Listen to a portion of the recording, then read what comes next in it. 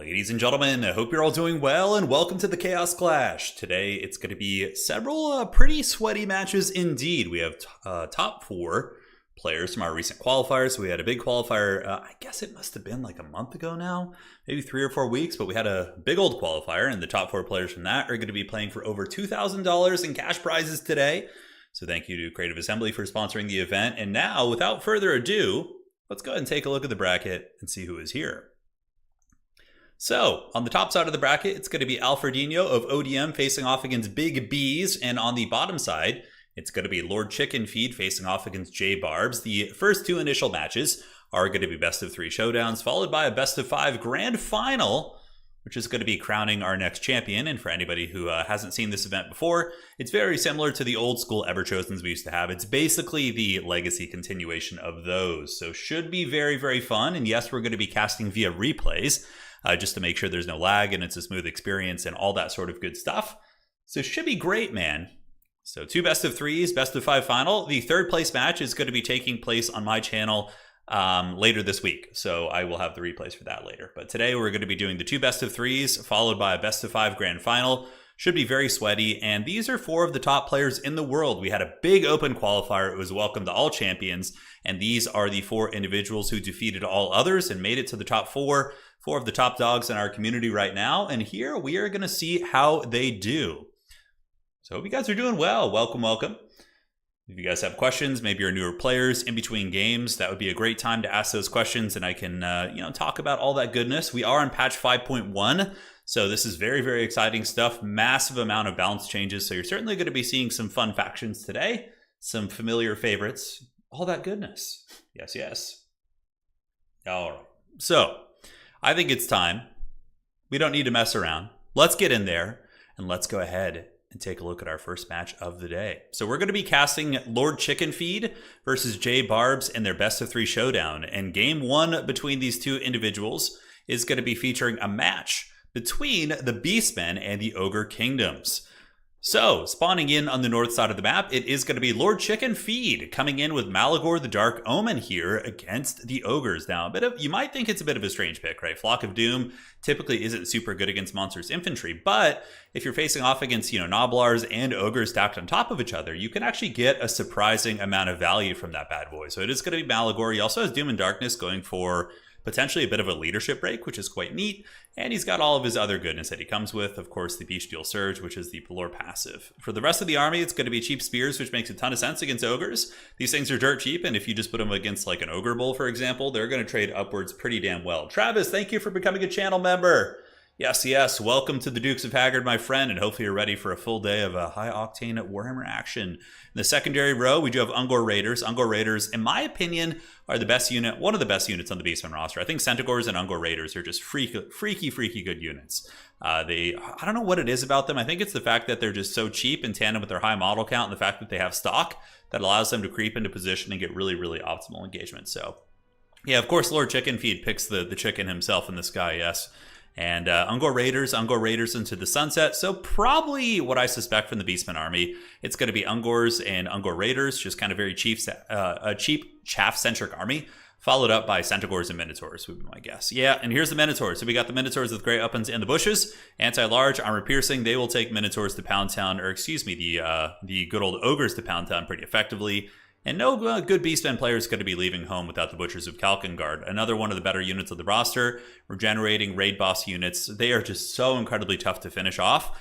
And yeah, they hit like trucks too. So what's not to love? Now looking at his opponent on the other side, this is J Barbs from our community. Playing under the name of Heisenberg here today. A little bit of a Breaking Bad reference. But the entire army is going to be ogres. Wow, who's surprised? Ogre Kingdom's massive ogre army. So we got ogre bulls mixed in with iron fists.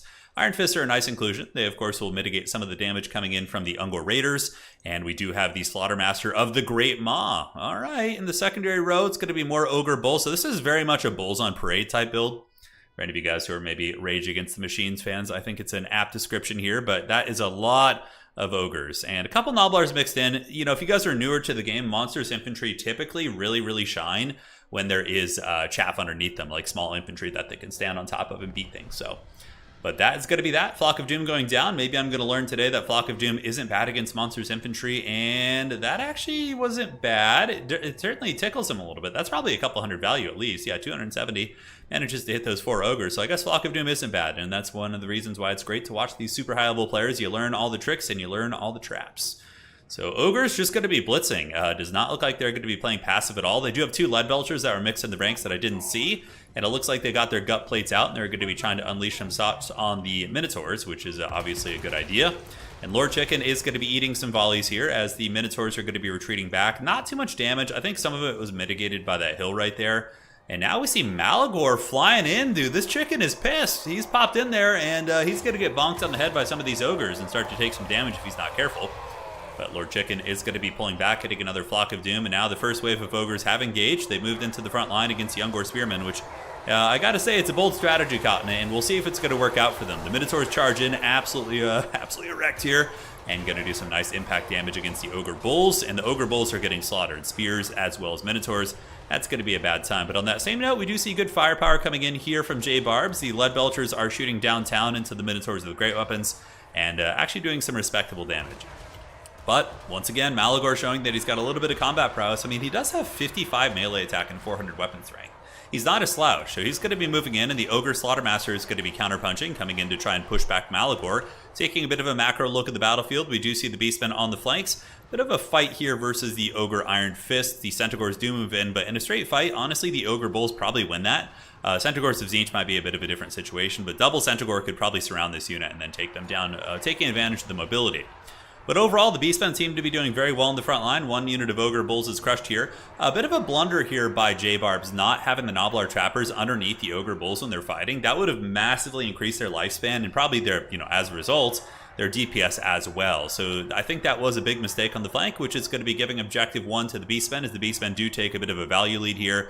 We see the Ogres in a bit of a mass retreat. Now that the Ogre front line has faltered, it's going to be tough to protect these Lead Belchers against Beastmen mobility. Beastmen have some of the better mobility in the game, and they are able to swarm in. Lead Belchers are getting shanked in the back, and the response for the Ogre Kingdoms is to call out some Man-Eaters with great weapons. And yeah, they'll be able to crush a lot of the different Beastmen monsters units for sure. If we're talking about Centaurs, we're talking about Minotaurs, they'll trade pretty well. Some of the Lead Belchers trying to stand and shoot, but the waves and waves of cows are on parade, moving in, extra pissed. Butchers of Kalkengard are going to be swarming the Man-Eaters, and Man-Eaters are a decent unit, for sure, but if they're surrounded by cheap spears and also by some elite Minotaurs, it's going to be a little bit too much for these guys. Even though they look super cool, I don't think they're going to be having a great time as they get taken to Pound Town, and you see Ogres can actually fall over now. Look how quick he gets up. So there was a bug for a long time where Ogres were immune to being knocked over, but that has been fixed in this patch, which is funny. It's just like is how it should have been, but it is actually a bit of a nerf, but yeah, Ogres are still a very good faction. Looking around, the Beastmen seem to be pretty damn dominant here in Game 1. We see Objective 3 to the Beastmen, Objective 2, and Objective 1. The Slaughtermaster here is, as his name would infer, getting slaughtered by the Minotaurs with great weapons. Yeah, those guys are putting in some work. Ungor Spearmen also holding back the Ogre Bulls with dual weapons. We see more waves of Ogres coming up, but this is a pretty colossal value lead to be at this early in the game. 6.6 against 3.5. That is incredibly tough. And this chicken looks pissed, man. He looks like he's coming out in Game 1 with certainly some really, really good momentum here against Heisenberg, aka J Barbs here.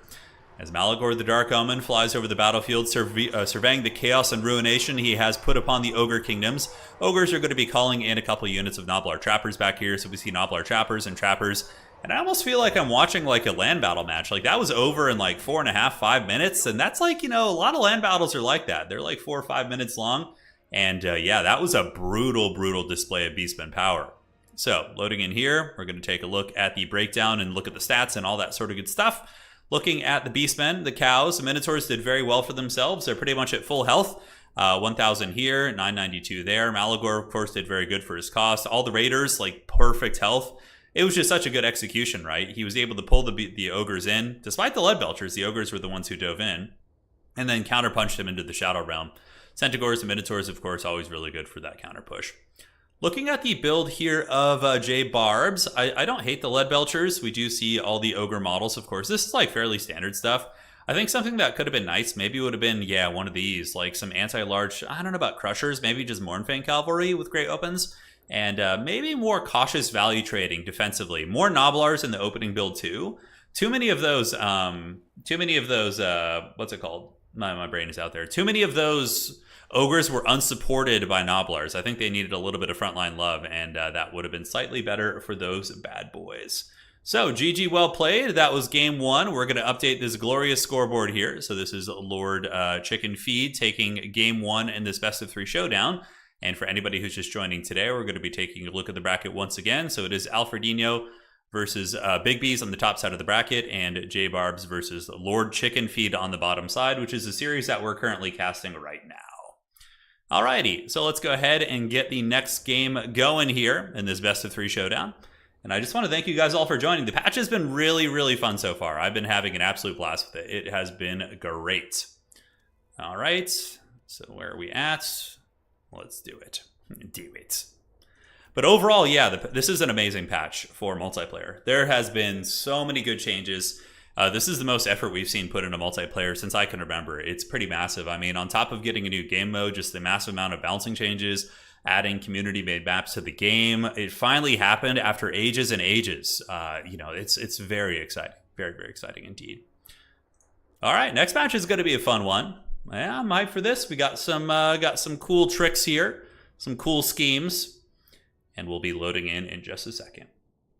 Hell yeah, man, we're having fun. That was game 1. Any units banned, only the Tzeentch Shrine. Yeah, everything else is fair game, which is such a nice thing. I've always hated putting restrictions on rosters, and it's cool when it just works, you know, when the game is just, you know, balanced enough.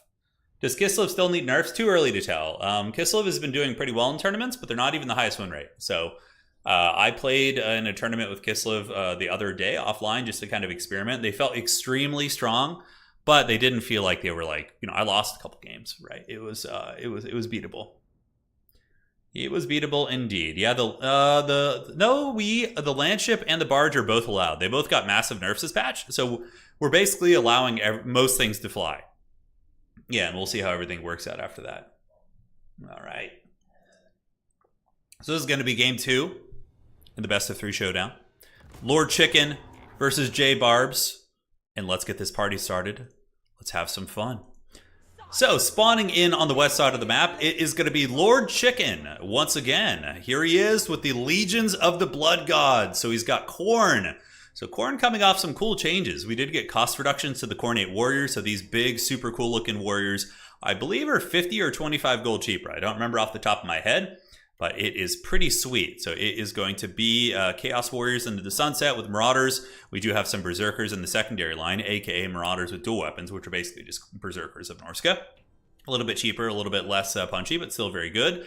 Valky the Bloody is always, I think, the go-to choice against the Empire. Empire is one of the best sniping factions in the entire game, right? So having a Lord that is small, mobile, can fly, not worry about getting sniped because she could pop the Demon Shield if anything bad happens to her, that is 100% the way. That is very, very good indeed. Aside from that, yeah, basically just a ton of warriors. And I would assume there's going to be some hounds being called in and maybe the best boy. All right, who's a good boy? We have Karanak. All right, so this is going to be the Blood God's personal hound hunter here. Or hunter hound, whatever description works best here. But yeah, Karanak is extremely strong. He is a beast and probably honestly warrants a little bit of a nerf. So let's talk about what he does. Firstly, he is an insane fighter. You can see when he's getting up on you, he's going to do some wounded prey, which lowers your melee defense. And Endless Hunter. Okay, so most of the abilities have been brought. So Endless Hunter is the one that reveals units. So if you're looking for stock units, maybe you're near a tree line, it's going to be revealing them. Also, he does have the Snare ability as well as the Hound Summon ability. So he can summon a unit of Flesh Hounds, which against Empire is insanely good. And on top of that, he is also going to be rocking Prey of the Blood God, which is extremely strong. It's basically like Effigy of the Git on steroids. It snares a Lord or a hero, and it does a ton of damage in the process. So that's going to be very good. And Talons of the Skull Throne. Okay, so he's got the build-up item as well. Yeah. Karanak is very, very strong. And I think a little bit more of a problem in land battle. And Dom, he's very, very good. But yeah, it's not like it's putting Khorne up to like an insane win rate or anything like that. And looking at the Empire build here of J Barbs. J Barbs, a man after our own hearts here, rocking the old Templehof Luminarch. Let's go. Going to be trying to snipe Valkia. That is very, very tough to do. And we do have a Steam Tank Commander. So the Steam Tank Commander going to be bull rushing in with his Pigeon Bombs. And the rest of the build here is going to be Swordsman backed up by Knights of the Black Rose. So basically State Troopers and Spears with Knights of the Black Rose. So tanks are good chariots, just like they are in tabletop. Oh my god, that was a ton of damage. Look at that, cleaving through those Marauders of Khorne. Yeah, meme tanks are no joke, and we do see Valkia getting blasted by the Luminarch of Heish back here, so Valkia taking a lot of damage right there. Meanwhile, the Steam Tank Commander is going to be rolling through, and if you guys have played Warhammer the Old World or Warhammer Fantasy Tabletop as it currently is, Steam Tanks actually count as heavy chariots, so when they do charge something, they do a shit ton of damage usually. It's very, very, potent. So the Master Engineer going to continue rolling through, and he's already probably gotten about 300-400 value, I would imagine. Let's go and take a look. Yep, about 400 value here. Valkia is going to be charging in. It looks like she is going to be hunting down the Tempelhof Luminarch, but she does get caught in a net of Amatoch from the Tempelhof Luminarch. But in response, the counterspell, Valkia the Bloody is going to be popping Demon Shield. Now, the Demon Shield is going to be making her invulnerable to damage, which is one of the reasons why she's very good against the Empire. She can dive in and be reckless like this and get away with it. Oh, potentially a nice Sleipnir cast right there, but good dodge there by J-Barbs. He is able to get away with those Free Company Militia. They do dodge that bad boy, and over here we do see Valkia the Bloody being focused by all the Free Company Militia. She does have a ton of armor and a shield, so she's not going to take a lot of damage from that. And look at that. Oh, the best boy. He's such a good dog. Karanak is hunting down the Master Engineer in the Steam Tank, which is a very good use of him. He doesn't have the best armor piercing value, so it will take him a long time to get through that 160, but even still, it is forcing the Steam Tank Commander to run, and it looks like the Hound Snare was used on the Steam Tank Commander. But now the forces of Khorne going to be colliding with the Sons of Sigmar. A bit of a blunder here in the front line. The Tempelhof Luminarch getting a little bit close. The State Troopers have moved up and are going to be doing battle with the Knights of the Black Rose to try and hold back the forces of the Blood God. But that's going to be a tall order. A lot of Marauders, a lot of Chaos Warriors. It is very scary indeed. And here is the snare. Prey of the Blood God is activated. Karanak has chosen his prey, and the Steam Tank Commander is going to be it. So the Steam Tank Commander taking a righteous beating from Karanak over the course of the battle, but the Knights of the Black Rose going to be moving in to intercept Karanak. But, they won't do too much against him because they are anti-infantry cavalry. He is monstrous. I mean, it's still enough and will hold him at bay, maybe allowing the Steam Tank to get away. But look at this. We see Lord Chicken coming in for the kill once again. He gets some Minotaurs over here to come help out against the Steam Tank Commander, but the Luminarch of Heish, shooting from the deep reserve, is able to rip a nice shot into the Minotaurs, allowing the Knights of the Black Rose probably to win this fight, simply because the Minotaurs are being shot by the Luminarch, and also, of course, are getting a little bit of Free Company fire from downtown. We see Valkia in the distance trying to stop the Luminarch from firing, but that Luminarch rips through those Minotaurs, big damage, and they are going to be breaking, and the Knights of the Black Rose will claim victory in that fight. But then the Fleshhounds of Khorne called in from reserve, probably going to be able to finish off those Knights. In the meantime, Valkia the Bloody is on full pursuit of the Tempelhof Luminarch. Lord Chicken is ahead in value right here. Karanak has done a lot of damage against that Master Engineer, but he's going to be getting a regrowth, so that is going to be chopping that bad boy off. Now, the only thing that I see that's a little bit problematic for the Sons of Sigmar right now is the fact that Khorne has them pushed so hard on the map. We do see the double objective going to Khorne, and most of the melee fights are going to be favored by the Warriors of Khorne most likely. Karanak, where is he at? The good boy, once again, is going to be hunting down that Master Engineer. We see a Sleipnir going down from Valkia. Wow, brutal Sleipnir! That literally took like half health off both those Free Company Militia. So J-Barbs had them stacked up together. Valkia getting big value. She's very eager to prove to us that she isn't always Valkia from the cinematic trailer, just, having a bit of a tough time. Now back in the tree line, we do see some Chaos Knights of Khorne doing battle with the Knights of the Black Rose. There's also some Marauders and a little bit of a tertiary shooting here on the side as a Free Company Militia try and help out. But Chaos Knights in a straight fight will dominate Knights of the Black Rose. Their damage output, they're not as a unit that's as dependent on, let's say, a bonus versus infantry. Chaos Knights are pretty freaking awesome, and I'm glad that they've become somewhat meta. We see them in a lot of matchups. Calling from Khorne is going to be some Fleshhounds. They're going to be hunting into the Free Company Militia in the trees. Imagine how bad that would suck, just being like one of these State Troopers. You're just old Hans with a floppy hat and a little cutlass and a pistol and some giant, oh my god, that thing's like this. I think it's colossal. It's like a rhinoceros-sized hellhound chasing you down. I mean, that sucks. It sucks pretty bad. Chaos Knights of Khorne going to be retreating back, and we look at the objective here. It is starting to flip to the Blood God. We do see in the backfield the Tempelhof Luminarch has been hunted down by Khorne's best boy. So this very good dog is going to be hunting the wizard. Yeah, I guess that's his whole thing, right? He's hunting down the wizard. I would imagine Karanak's probably over 2k value already. Let's see, only 50. I was off there. 1600 right there, but he's very close to finishing off the Tempelhof Luminarch. He punts away the wizard who is trying to protect the Luminarch, and then he moves in. And that's one weakness about this Empire build, that they don't really have anything that can peel powerful characters. I do actually think a character like Karl Franz might have been a little bit stronger than the Master Engineer, because he could fight back against Karanak and actually defeat him pretty decisively in combat. We see a net going down on the Chaos Knights, and the net coming in from the Luminarch. The Luminarch is taken down by Karanak. So he's going to be continuing to feast for the Blood God. Back objective here is owned by the Empire, but it's in flux. Khorne does have a tiny bit more capture weight. Chaos Knights coming in from the flank, but are going to be intercepted by a lot of spearmen here. Empire really needs to hold on to this back objective. We see the Pigeon Bombs of Doom being called in, so that is the call-in from the Steam Tank Commander. Going to be unleashing the Pigeon Bombs on the Marauders with dual weapons, but they'll be fine. They do partially dodge it. Probably going to have a pretty easy time dealing with the spearmen, depending on the circumstances. And this back objective is going to be flipping very, very heavily here. As Lord Chicken is showing no mercy. Now, remember, this is a best-of-3 series. Anybody who is able to go 2-0 will be winning that series and advancing on from there. So looking back here, we do see the Steam Tank Commander being attacked by Karanak once again. He does cost 17 with the kit that was brought here. Karanak is going to be costing, I believe, around 1,900 gold, if I'm not mistaken. Because I think Lord Chicken brought the entire kit. I don't think he cut any abilities. And look at the lore! The Hound of Khorne going after the mage. I love it. We see the Jade Wizard getting punted, just like the cinematic trailer. The poor wizard running away from the Bloodhound. And yeah, Karanak is going to absolutely destroy this wizard. It's going to be a pretty bad time. Or you could just push him off the map, just like in Tabletop. If you actually get pushed off the map for any reason in Tabletop, even if you don't take any wounds, the character typically is killed, or the unit is killed, if the enemy is the one pushing off the tabletop. Yeah, so Karanak just dominating this Jade Wizard, politely escorting him off the battlefield, asking him not to, not to cause too many problems on the way out here.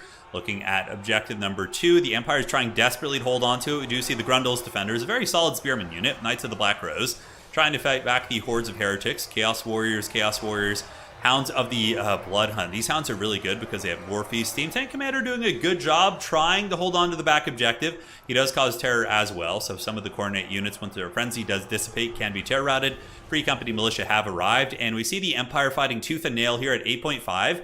And honestly, value trading here is probably pretty even in this game, considering the Empire does have healing. They have healed their Steam Tank up to healing cap, which is a ton of value. And now the Blood God is going to be calling in Bloodletters.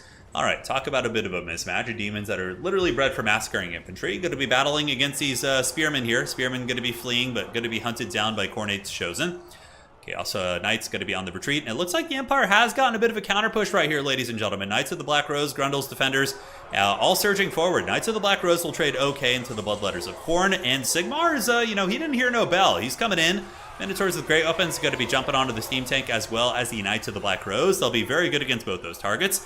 And some of the Knights here on the flank are going to be cut down by the Minotaurs as we do see the Spearmen start to falter, which is not good because now the Knights of the Black Rose are going to be standing alone, as will the Master Engineer. Prey of the Blood God going down. Karanak, he did not forget about the Steam Tank. He is cruising across, and he is going to be jumping right on the tank. Well, it's partially in threat of the Minotaurs with great weapons. So very, very dodgy situation here, ladies and gentlemen. As the Steam Tank is full surrounded, Karanak is going to be nibbling on that bad boy. Chaos Knights have also rallied, and we have some Marauders with dual weapons coming over. I think this might have been the last hoorah of the Empire surging forward here. It kind of feels that way. Oh man, this is really tough. That Steam Tank Commander is in huge danger. If the Minotaurs are able to kind of break over here, get a surround on the Steam Tank character, he could for sure die. But the Empire does have a lot of fire support coming in. 3 units of Free Company Militia. That's a lot of good anti-light shooting is what I meant to say, against the Minotaurs and potentially Karanak. But Chaos Knights do break through. They're going to be surging forward for the Blood God as they move in, running over the Spearmen. Maybe going to be moving into the Free Company Militia. We see the Pigeon Bombs being called in somewhere. A little bit hard to tell. But the Master Engineer has done very well this game. 4,000 value on the Master Engineer. He has been rolling dirty on those Warriors of Khorne. He is the one holding this game together for the Sons of Sigmar. But Karanak may have finally found his praise. He is at healing cap, 3,000 value, 2,600, 3,000 life. 2,600 value right here. Very, very close to going down. Khorne going to be calling in more Marauders. Valkia and the remnants of her Bloodletter surging into the secondary to do battle with Free Company Militia. Side objective is under the threat of being taken here by J Barbs. So J Barbs does get these Spearmen with shields moving onto the objective. A couple Khorne Warriors going to be trying to fight it. And Bloodletters have also arrived as well. So I think the Bloodletters recently buffed, not this patch, but Bloodletters got a pretty substantial buff in the previous patch. They're very, very good now. Even in matchups in which you're like, oh, well, do I need an AP infantry unit? No, if you just want a fast, good quality infantry unit with 38 speed that can kill pretty much anything quickly, is going to be very, very good. Connor, thank you for the donation, man. Glad you're enjoying the event. It's been fun so far. We see the Steam Tank Commander trying to get away. Karanak, will he be claiming the souls of both the Tank Commander as well as the Luminarch? Yes, he will. He drags down the Steam Tank. It falls into the pits. And with that, the hopes and dreams of the Sigmarites here probably going to be going as well. We do see the Demigryph Knights with Halberds being called in. Honestly, a good choice. If you put a Demi Halberd straight up against Karanak in a fight, the Demi Halberd will win that fight. And they're also good against Fleshhounds, respectable against Minotaurs, but they're just fully surrounded. And that is going to be a 2-0 victory for Lord Chicken in our first best of 3 showdown of the day, ladies and gentlemen. What a duel of fates. All right, so Lord Chicken with a 2-0 victory. He will be advancing on to the grand finals. So that should be quite a bit of fun. All right, all right. So Karanak went pretty bonkers. He got 4,000 value, which makes sense. He's able to hunt down a very expensive steam tank commander. He also killed an extremely expensive Luminarch. So the Hound of Khorne showing that he is incredibly strong. He's really, really good. Even if you nerf his snare ability to do like half as much damage, which I think would be good, lower the duration by half and the damage by half, he still probably would have gotten, 3,500 value, which would have been very, very good. Valkia, very good and disruptive as well. And cool to see Chaos Knights coming in and, about paying for themselves despite fighting some hard circumstances. And Minotaurs, always very, very solid, right? And for the Empire build, the Steam Tank Commander is very good, but he does struggle to kill SEs. And that's the one thing about this build, is that J-Barbs is really relying on the Luminarch to do his anti-SE work. Like, the only thing that he had that was good against single entities in his entire build were the Demogryph Knights and the Luminarch, both of which would probably struggle, to really get on their targets alone. And though the Steam Tank Commander did really well, I mean, maybe you need to find a way to... Oh, you could bring the character on the Demi. That's kind of fun. Well, GG, well played. Great game between these two mighty champions. And now we need to go update the bracket. You guys ready for the power of technology? It is time. All right. If you guys have ever seen such powerful maneuvering here, tell me, but it is time. Lord Chicken Feed. Look at that. Oh, graphic design 101, baby. Has advanced to the grand final to face the winner of the top side, the great Alfredinho versus Big Bees. Very, very strong domination player here. So Alfredinho, definitely one of the goats of Warhammer, especially Warhammer 2. He was the finalist and the world championship of Warhammer 2, and is predominantly a land battle player. But he just decided to jump in our qualifier, and he just magically appeared in the top 4 by crushing a ton of domination veterans. So really cool to see Alfredinho back in here as well. He's a champ, absolute champ. And as is Big Bees. Big Bees has been winning a lot of tournaments and just crushing it. So this should be a fun series indeed. All right, let's get it. Let's have some fun. You guys like that? Yeah, that's right, dude. Graphic design is my passion. I know. We did it together. Power of technology. Sorcery. I know. That's what I'm saying. The dark age of technology. Yes, of course. All right. So let me go ahead and get the next game all set up for you guys. And once again, I want to thank you for joining today's Chaos Clash. This is the 5.1 Chaos Clash, an official Total War tournament. Over $2,000 in cash prizes. So pretty fat stuff. Quite fun for the players to duke it out, and yeah, let's have some fun. Cool to see a Karanak game. That was a lot of fun. I had a good time seeing Khorne's best boy get in there and tear it up. He did great indeed. All right, so let me get the scoreboard all set here. And where are we at? Okay, just making sure the scoreboard has the correct names on it. It's going to be Big Bees facing off against Alfredinho. Best of 3 semifinal match. Let's get it. How does one get in on the custom map making action? So, good question. If you want to join our Discord, if we have any mods that have a Discord link, that'd be great. We have a section in our Discord called Cartography where all the map makers chat and they can teach you and they can work with you to help you make maps if you have any questions. It's very, very fun. It's very fun. All right. Let's fire it up. Let's get it. Game uno in the best of 3 showdown. Ooh, okay. We have a Nurgle versus Empire match on Borderlow Landing. It's going to be a fun one. Are we also going to see some live battles today? No, everything's going to be done via replays. So the scheduling of the players, we wanted to make sure all the players could actually participate and we didn't have to replace them. So we decided to do all the games via replays. Any chance you'll play after the tourney? Depends. Maybe if it doesn't go too long, maybe we could do a little something at the end. Yeah, what I've been using to shut down Karanak is Karl Franz, because he does magic damage. Granted, I think Karanak negates magic damage, but he hits very hard and can have anti-large with Galmaraz, so you can really shut down Karanak with Franz. Yeah, he does a very good job against him, in my experience. Yeah, it's a lot of fun. So, this is going to be game 1. We're a second away from loading. Thank you guys all for joining and supporting competitive Total War. It's a great time as always. And here we go. So loading into our second best of 3 match. It's going to be Alfredinho versus Big Bees to see who's going to be earning a spot in today's grand finals. And let me just adjust the names real quick here. Power of technology. Look at that. Oh God, the text is moving on screen. What sort of witchcraft is this? So spawning on the south side of the map, it is going to be Big Bees, playing under a different name, of course, having a little bit of fun. But it is going to be Marauders and Marauders with great weapons. So a very chaff-centric army, which makes sense. The Empire is pretty good at killing elite stuff. Granted, warriors can still be functional against them, but it looks like the Nurgle hordes are going to be swarming into the sunset. So we got Marauders and Pestigores, backed up by a Chaos Sorcerer Lord of Nurgle, who does have Rancid Visitation, so that is going to be the big DPS spell, with also Stream of Corruption. So straight damage out of this Nurgle Sorcerer, not really going to bring any traditional healing, so that could be tricky. Aside from that, we do have Pestigores in the front line. Pestigore is actually very vulnerable against Pistoliers and Outriders, so they don't have any sort of missile mitigation. I think they have a little bit of missile resist. Yeah, 25, really?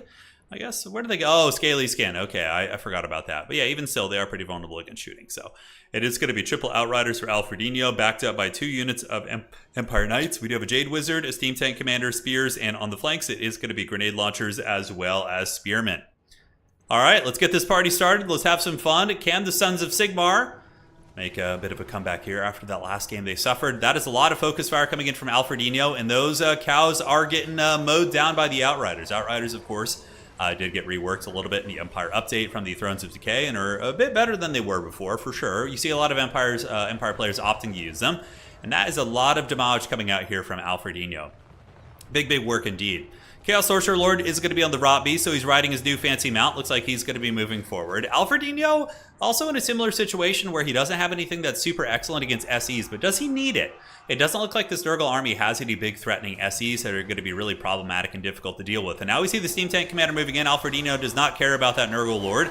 He's going to be rolling dirty with his tank and also shooting cannonballs while he goes. Steam Tanks are insanely good still. Definitely, I wouldn't say like an auto take per se in every single matchup, but are very powerful. So Alfredino using the forbidden missile tech here as all of his Outriders mow down one Pestigore already in the trash can. And up in the sky, we do see Chaos Furies coming in from Alfred. What are they going to do? Probably going to be trying to jump on the Outriders, I would imagine. Furies did get nerfed in this patch. They lost about 600 HP and also did get a bit of a cost increase. So certainly in a little bit more of a balanced state right now. Oh, and I do like this coming in from Big Bees. So Big Bees is able to get the sneaky Nurgling Vanguard. I did not notice that. So in the tree line here, he did get some Nurglings to sneak up through the Vanguard point, and they are going to be denying the Empire their capture on the back. And Empire Knights, of course, will clear out Nurglings, but it's going to take a hell of a long time. Empire Knights DPS is a little bit lackluster, and we do see Chaos Furies from Big Bees shutting down the Free Company Militia that are going to be swarming into the flank. So if you guys have ever played like traditional RTS, this is like intercepting some of these reinforcements as they come from the base and making sure they can't get to the frontline fight, which is a really good tactic. As far as this fighting goes, we do see the Empire Knights and Outriders just skirmishing and harrying as they are able to force some of the Nurgle units out of their comfort zone. Empire Knights here getting attacked by Furies, but the Grenade Launchers and Outriders of Alfredino, he has pretty insane micro. They're all in pretty good shape. Stream of Corruption coming in, really nice one there by Big Bees. Does nail those 2 State Troopers. Meanwhile, the Steam Tank Commander is going to be rolling dirty through the front line, but Nurgle holding on to the objectives. We see Objective Trace and Objective Dose in the hands of Nurgle here, and the first objective, Objective 1, is actually being contested. Nurgle actually might have more capture weight here. Furies are going to be helping against the Empire Knights. Empire Knights have really bad DPS. That's often why you see Empire Knights in this matchup or Chaos matchups using Knights of the Black Rose, because they have anti-infantry, so they can actually kill Furies very quickly if they get attacked by them, but it is what it is. Another unit of Empire Knights on the way in. Empire really struggling to get on the board here, but as far as value, Alfredino is slightly outvaluing the forces of Nurgle, but that's not a good thing. If you're only slightly outvaluing Nurgle, that is a really bad sign, because Nurgle does have healing via its army ability. Fecundity and the lore passive of Nurgle as well is going to be healing for that Chaos Sorcerer Lord. So in the backfield, Alfredino going to be running away with the Grenade Launchers, using basic Empire Knights to try and shut down the Furies. It's a tough one. Empire Knights DPS is not the best. The Nurgle Furies are actually really tanky. They do have 27 MD because of the Cloud of Flies. Here we see Alfredino getting some excellent Outrider gunfire, so they're just mowing into the Pestigores. The Pestigores are just pure unga bunga over there, going to be making their way in to try and shut down these Outriders, and how will that go for them? It looks like they are closing the distance. Will Alfredino let this happen? He needs the micro. Certainly don't want to be eating that charge right there. And the Pesties do get mowed down on the way in, but still are able to close the distance, and now we'll start doing some massive casualties. Pigeon Bomb going down from the Empire Tank Commander, who has been doing a lot of work, I would imagine, already up to about 1300 value. Here we see more Outriders coming in from Alfredino. Now the Great Swords of Sigmar, which are okay in the Chaos matchups. Nurgle is one of the ones that's a little bit dodgy since they have so many great weapons on Pestigores as well as Chaos Warriors and Marauders. So oftentimes Great Swords might be a little bit better against Khorne and or Tzeentch, but we'll see how they do here against the forces of Nurgle. Now, on the backside, we see objective number 1 is being held by the Empire. So the Empire was able to get this objective, but honestly, it's not looking great. The Nurglings are overwhelming the Spearmen and the Free Company Militia, and the Double Furies are shutting down the Empire Knights. Now, if this was a single unit of Knights of the Black Rose, they would be able to probably win this. They would cut through those Furies very quickly with their bonus force infantry, and their 50+ melee defense would pretty much make it so the Furies almost never hit them. But the fact that he's using basic Empire Knights is going to be a big problem against these demonic flyers. Collins here for the Empire. We got Outriders coming in to try and support this point here and hold on to this. And for the forces of the Plague God and Big Bees, he's going to be rocking some Toads. So the Plague Toads of Nurgle going to be hustling up the battlefield and looking to try and feast on some of the, whatever they can get their paws on. But they'll be very good against Greatswords if they can get that fight going. Back objective is going to be taken by Nurgle, man. So Nurgle is all over this. Exactly how Nurgle is in tabletop, especially in 40k, just sticking on those objectives. Although Death Guard aren't really that tanky in 10th edition, but they tried their best. Chaos Knights of Nurgle are going to be a big problem to deal with. There's not really a whole lot here on the Empire roster that can deal with them. And the Empire is honestly looking a little bit haggard, a little bit tattered at this point. We do see double Greatsword being called in.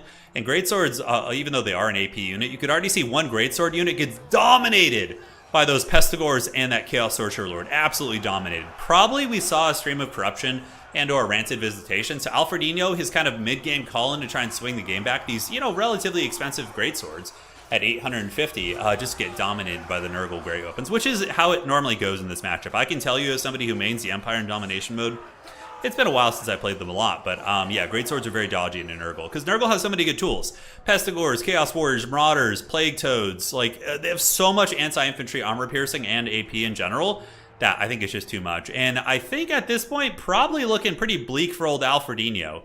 The Steam Tank Commander, once again, has not gotten it done, even though he did, decently at 1900 here. It kind of just like Nurgle is going to be dominating this game. Those two Greatswords just getting their backs broken, I think is a little bit too much. Calling in a unit that costs almost 1,000 gold and having it recoup maybe like 200 value for you is really, really rough. Yeah, 289 value on those guys. And yes, the Nurglings are feasting. In the backfield, we see objective number 1 going to Nurgle. A couple Empire Knights trying to clear things out here, but overall, I think that has got to be GG, ladies and gentlemen. Alfredino is an amazing player, but I don't think there's going to be any chance for him to come back. Big Bees has shown that he certainly knows what's up with Nurgle, and he is a force to be reckoned with here, ladies and gentlemen. And most likely, we're going to be going to Game 2 with Big Bees up 1-0 in the series. Master Engineer, trying, but I do like the Rot Beast character a lot. I think having a Nurgle Sorcerer on a Rot Beast is an excellent choice. It gives you a really respectable fighter and Sorcerer all in one kit, right? And what's not to love about that? So Toads have arrived. The Steam Tank Commander is going to be rolling, looking for value wherever he can. We get Spearmen coming in, Empire Knights, and that triple cap is going very, very brutal here as we see a couple Outriders in the back trying to, get their bearings and recover after some of the beatings they've taken from the Furies. Free Company Militia have rallied as well. And the remnants of the Greatswords are moving up. I think a big mistake from Alfred this game. He went with a very shooting-heavy build, which is risky against Fury-centric factions. Yeah, unless you're using Wagons. Wagons don't care about the Furies at all, really. But if you're going to be doing that, you need to bring Knights of the Black Rose, or even Knights of the Blazing Sun. You need to bring Knights that are effective at killing Furies and killing Toads. And Knights of the Black Rose would have been able to at least deal with the Furies effectively, which could have then allowed the shooting to deal with the Plague Toads and other threats, because those Furies just dominated his backfield. They tied down his Empire Knights, who didn't have the DPS to get through them. Nurgle Furies, like I said, are very, very tanky. And here we see the Chaos Knights are just cackling. Will Alfredino get back in this anyway? I don't know. I think it's going to be just impossible at this point. Basically just spamming out Spearmen, and Nurgle has a lot coming out, right? We got just Warriors all over the battlefield, more Furies. Pretty healthy unit of Pestigors or Marauder Great Weapons over here with Fury support. Probably going to just tear apart those Empire Knights. We got Plague Toads going into the secondary. These Toads are basically in his spawn zone, and there's not much Alfred is able to do about it at this point. Here we see the Pigeon Bombs as well as the Stream of Corruption going down on those Spearmen, and yeah, no way. GG, well played. Great match. Solid game for sure, but yeah, I think the big blunder for Alfred was not bringing Knights of the Black Rose. You need them to clear the Furies out. And honestly, Knights of the Black Rose are so good against Nurgle because they crush infantry. Nurgle loves to spam infantry. They love it. And then if you can then kill the Furies and defeat the infantry swarms, you're going to be able to shoot with all your Outriders to your heart's content. So, yeah, Greatswords are also not a good pick in this matchup, in my opinion. I really dislike Greatswords against Nurgle. I think against Khorne and Tzeentch they can work okay. But against Nurgle, the fact that Pestigors are extremely meta, you're going to have a bad time. You're going to have a really, really bad time. GG, well played. Looking at the Nurgle build here, we do see the Sorcerer did really good at 1800. Pestigors crushed it, I would imagine. Yeah, good value. Yeah, respectable on most of those. Nothing too crazy. And yeah, everything just kind of worked out. Chaos Knights came in, got the job done, and that is going to be game 1 in this series, ladies and gentlemen. So let's go ahead and update the score. And we're going to head on over to game 2 in just a moment. Right on, right on. And for anybody who's just arrived, here's the bracket for the day. We finished our round 1 series, which was J Barbs versus Lord Chicken Feed. We did see Lord Chicken Feed of RTK advancing on to the grand finals. So he's going to be awaiting the winner of this series that we are doing right now. Yes, yes. Yeah, the Outriders had a hard time. I mean, they got shut down pretty early. They were always running, you know, and that's the hard thing. You really Knights of the Black Rose in that matchup. Empire Knights are good. I think can be better in non-Fury based matchups, but against Furies, you really want that anti-infantry on your mobility because Furies can jump on top of Empire Knights and then they don't get their charge bonus and then they have terrible combat stats. It's like literally 30 and 28. They're not going to be able to cut through them, right? They're going to have a bad time. They're going to have a bad time. All right. So into game 2, see how this one goes. Thank you guys all for joining today. It's been fun so far. And that was that. Yes, yes. Ooh, you guys are in for some fun stuff here. It's going to be a fun match. Let us see how this goes. All right, all right. So here we are, ladies and gentlemen, loading into our second game of the day. Well, not second game of the day, but second game of the series, I should say. We already did cast our first best of 3 and should be loading in a second. So, Big B is going to be rocking the forces of the Changer. Tzeentch coming in rock hard against the Dark Elves. Alfredinho bringing out Lokir Felhart. All right, that's pretty wild. Lokir Felhart most likely... Okay, let me do the math real quick. Yeah, he's on a dragon. So we got Lokir Felhart on a dragon here, and it is going to be a Deathcaster. Death Magic did get nerfed. Not Spirit Leech, but Buna. Buna got nerfed a little bit by 25%, I believe, its damage. Yeah, so Faded Boring isn't as good as it once was, but still does have some utility, but should be fun. Now, spawning on the west side of the map, ladies and gentlemen, it is going to be the forces of Tzeentch. So we got Marauders into the Sunset, backed up by Pinks, as well as Blues in the back line here, and they are not bad at all. You know, with effective micro, you can let these guys eat a little bit of damage, then you can pull them back, and Sour Guts are also insanely good. So if Sour Guts get attacked by, let's say, Dark Riders or some infantry, and they start losing models, when the models die, they explode and do 70 to 100% AP damage. It's pretty nuts. It's pretty nuts. So it is going to be the Sour Guts here and a bunch of Marauders. And in the back, we got the Chromatic Abominations and Pink Hordes of Tzeentch. On the Vanguard, we got Zangors. Zangors are a top tier unit. Very powerful. They're going to be moving up on the objectives immediately to try and triple cap the Dark Elves. And it is going to be an Exalted Lord of Tzeentch up in the sky. So no surprises there. Now for Alfredinho, he's got Shades. Lokir Felhart did get, I believe, cost reductions this patch. So he's a little bit cheaper. He does obviously heal in combat, which is good, and is a respectable fighter for sure. He's no joke. But, you know, again, he's not a caster, so you have to pay for an extra caster. Sorcerer here is going to be a Buna caster. So I don't know if Alfred is aware, but Buna did get nerfed. It's certainly quite a bit less cost effective than it used to be. Arguably, I think spamming Spirit Leech might be a little bit better, but we'll see how that works out. For the rest of the army here, it's going to be Blackheart Corsairs with handbows and bleak swords. And that is going to be it, ladies and gentlemen. Now, up in the sky, Lokir Felhart looking for an opportunity to swoop in. We do see the Shades getting a very cost-effective shot, but the problem is they're just going to get wrecked by Pink Fire. So, oh, Pink Fire of Tzeentch, brutal damage here. Big B's showing no mercy. But Lokir Felhart, is he going to get a breath attack? Oh, it looks like he was thinking about getting in there. Okay, Alfredinho is going to be getting a breath downtown. And okay, that was a sweet breath. I hit 2 targets. But the question is, will you be able to follow up and take advantage of their shields being destroyed? Chicken getting focused here by the Blackheart Corsairs with handbows, and Lokir Chadhar is going to be engaging in the front line on his mighty Black Dragon and doing quite a bit of work. Tearing through those Zangors, a lot of HP damage going down, and also the Shades are able to continue their volley fire. Now the unit of Shades is going to be coming in, and I think Alfred is going to be learning his lesson potentially round 2 here if he's not careful, because the Shades are very vulnerable against Furies, but also Centaurs of Tzeentch are very good at diving into the secondary. So is the are the Dark Elves going to be able to protect their cool assets they're calling in? That's my only concern. Like, I don't see a lot of things in this build out of the gates that are going to be able to deal with the Centaurs of Tzeentch and or Furies. So we do see a call-in of Dark Riders.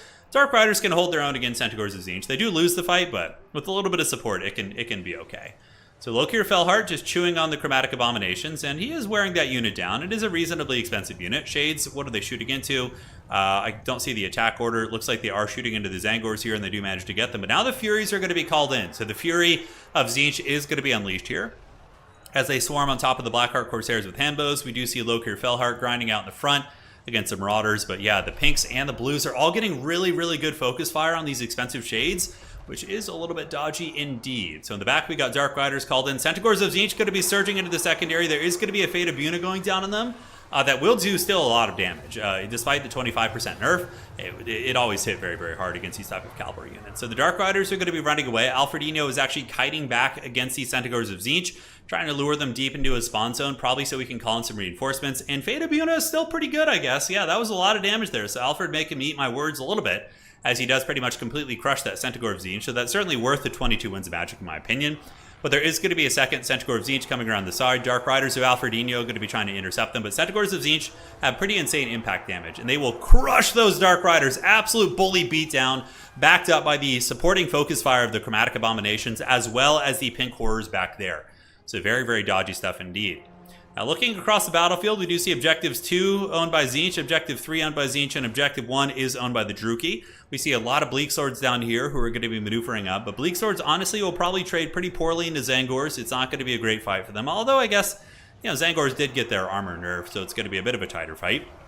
Lokir Fellheart getting a breath attack down the pipe here on the Marauders of Tzeentch, and now Lokir is going to be diving in and trying to get some terror routes on these bad boys if he can, supporting the Bleak Swords. Value trading is favoring Alfredino at this point. He has done pretty well just objectively on pure value trading, but he is being stuffed back a little bit here as the big chicken up in the sky going to be diving towards Objective 1 and trying to triple cap the forces of Alfred. Alfred, of course, does have a lot invested in Shades and these kind of tricksy assassin type units, but here we see some of them being run down by another unit of Centaurs of Tzeentch.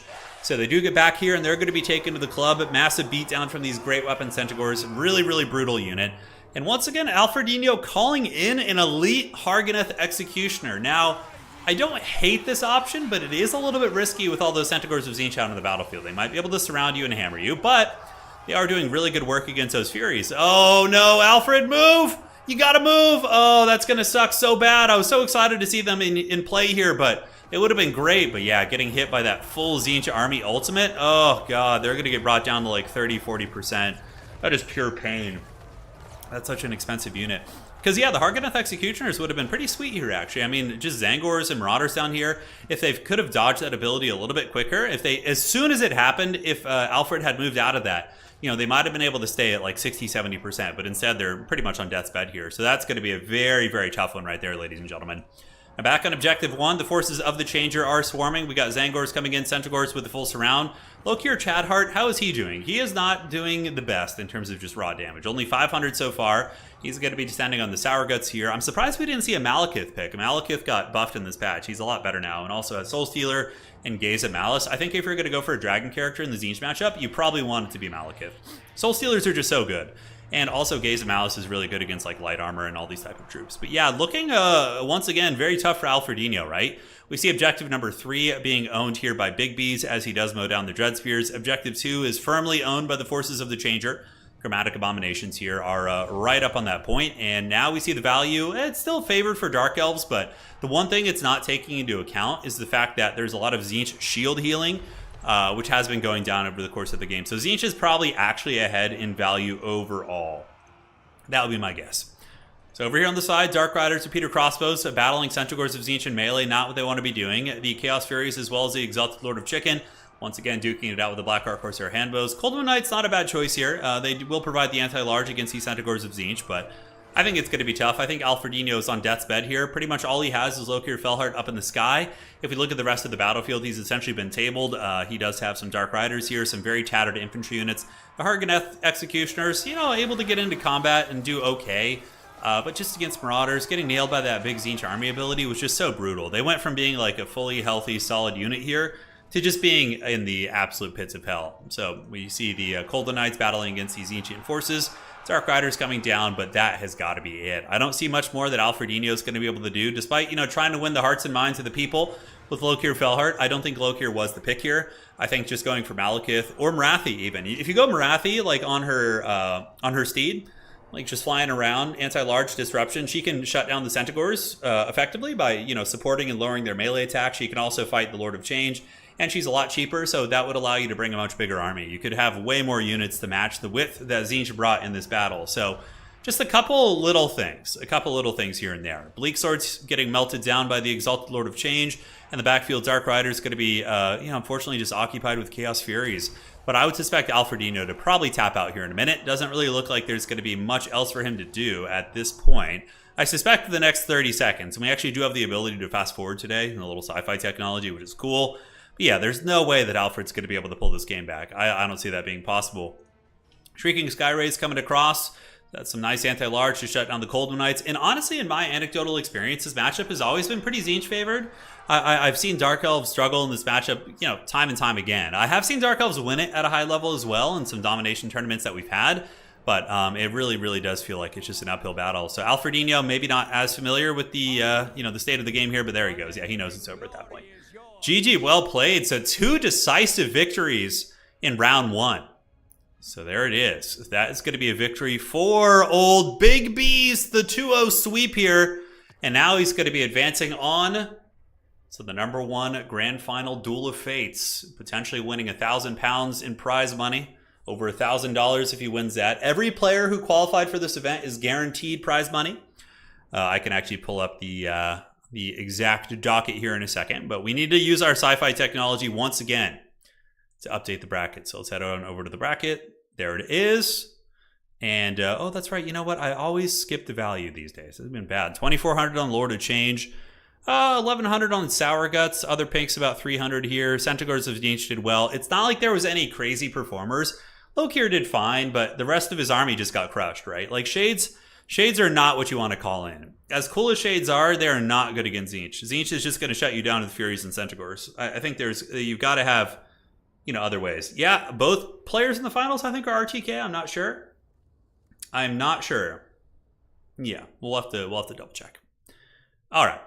So, moving on to the finals is Big B's with the power of technology. And we have Lord Chicken Feed versus Big B's. Is Big B's an RTK? I'm not sure.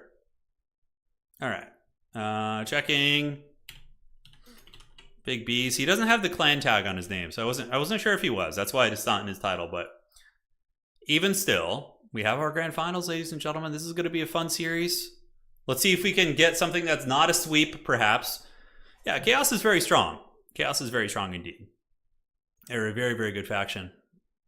All right. Cool. Very cool indeed. All right, guys. I'm going to grab some water real quick.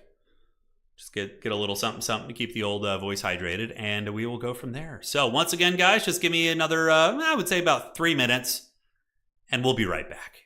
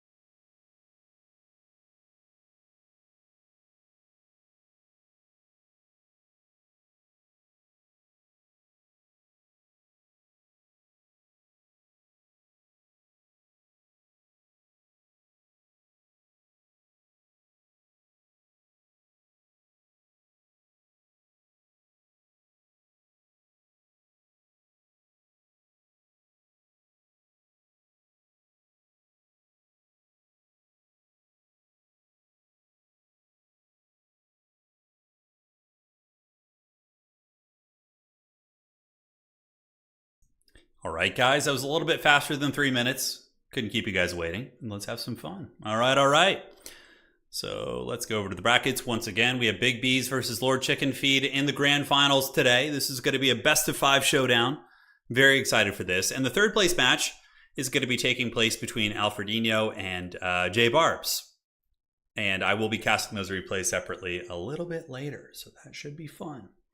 So without further ado, let us jump on over to the grand finals for today. It's going to be Big B's versus Lord Chicken Feed. All right, let's get it. It's a sentence I never thought I'd be saying, but it's quite a bit of fun. All right. So let me get everything all queued up here, and we should be getting started in just a moment. Yes.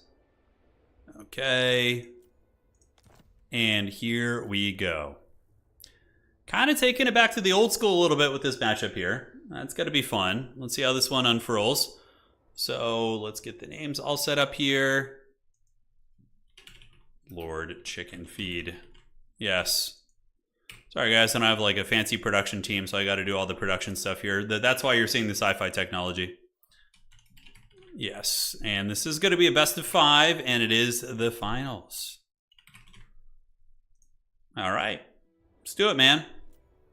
Let's have some fun. You think bees versus chickens is a chicken favored matchup? Well, that really depends on how many bees we're talking about. But yeah, like if you just objectively put a chicken against a bee, just one-on-one, yeah, of course.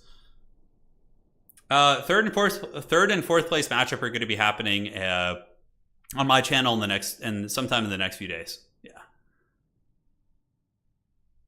Oh yeah, those are fun, Deacon, but they're also I like more concise formats too, where you just get to business quicker. Yeah, like the one thing about the old school Everchosens, like I don't know, like I like to just get straight to the action of the battles. And I know the old Everchosens, we had a lot of like side events going on and, you know, casual showcases and like sitting on the couch and talking. For me, I like to just get into the action. So it's a little bit of both. What I liked about the Everchosen was hanging out with my friends and casting in person. I thought that was really fun. But I also think that these are like a little bit more straight to the business, which is good. Jessica, thank you for the 20. Can I get a hell yeah, brother? Yes, you can. Thank you. Thank you, man. Chicken versus hive ones, yeah, I know. We're getting real deep on the analysis of this now. All right, I just need to fix Lord Chicken's name here real quick, and we can get this party started. All right, there we go. And then Big B's. The Big B. All right, the bee versus the chicken. A tale as old as time, I do dare say. So, spawning in on the south side of the map, ladies and gentlemen, it is going to be Lord Chicken Feed coming in with the previous patch's meta, the old school Greenskins. So he's got Orc Boar Biggins, Squigs, Boar Boys, Goblins, Savage Orc Arrow Boys, just a big old traditional Greenskin Wog. So very fun stuff indeed. And it is going to be rocking the Goblin Great Shaman. So just going for a dirt cheap Lord, and he is going to be using Curse at a Bad Moon as well as Sneaky Stabbin'. All right. So for Big Beast, he's going to be coming in with very meta Beastmen, which is Zangors with Ungor Raiders, backed up by Centaurs, Malachor the Dark Omen. We've seen him be pretty meta in the past couple Duel of Fates, and the Butchers of Kalkengard. What's not to love? Butchers of Kalkengard, pretty much an auto take. All right, guys. So the battle is on. Let us know your predictions in chat. Who do you guys think is going to be winning this glorious fight? I certainly think it looks like it could go either way. More Raiders being called in here by the Beastmen in the back. And on the side, we do see some Orc Boar Boy Biggins with the Beastmen ambush. Okay, the Ungors coming out of the trees. Beastmen love to ambush in domination mode. And I like how that really enables it to feel like it's like a true ambush. Like sneaking up on your opponent's back objective, it's a very fun thing. Any faction that has like Stalk or Vanguard, it's always a good tactic, honestly. So here in the back, we do see what appears to be a Flock of Doom going down on the Squig Herd. Or was that an Amber Spear? No, that was a Flock of Doom. I don't think it was the Amber Spear. But the Greenskin Wog is going to be moving forward of Lord Chicken. And it's going to be meeting a very aggressive foe. The Beastmen are somebody that can meet the Wog right head on and fight you. Often, although Beastmen typically want to kind of kite backwards a little bit. They don't want to like just, they can meet that. But I think just like forcing the Greenskins to overextend and counterpunching them is often one of the more optimal ways to play it.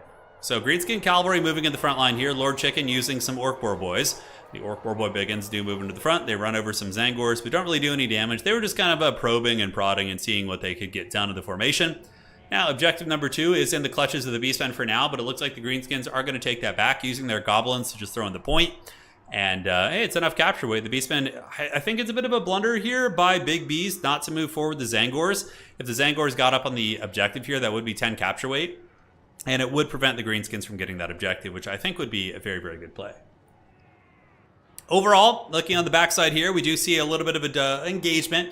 The Ungor ambushers did come out of the tree line, but they were met by some very angry Savage Orcs. These some albino, man, look at that.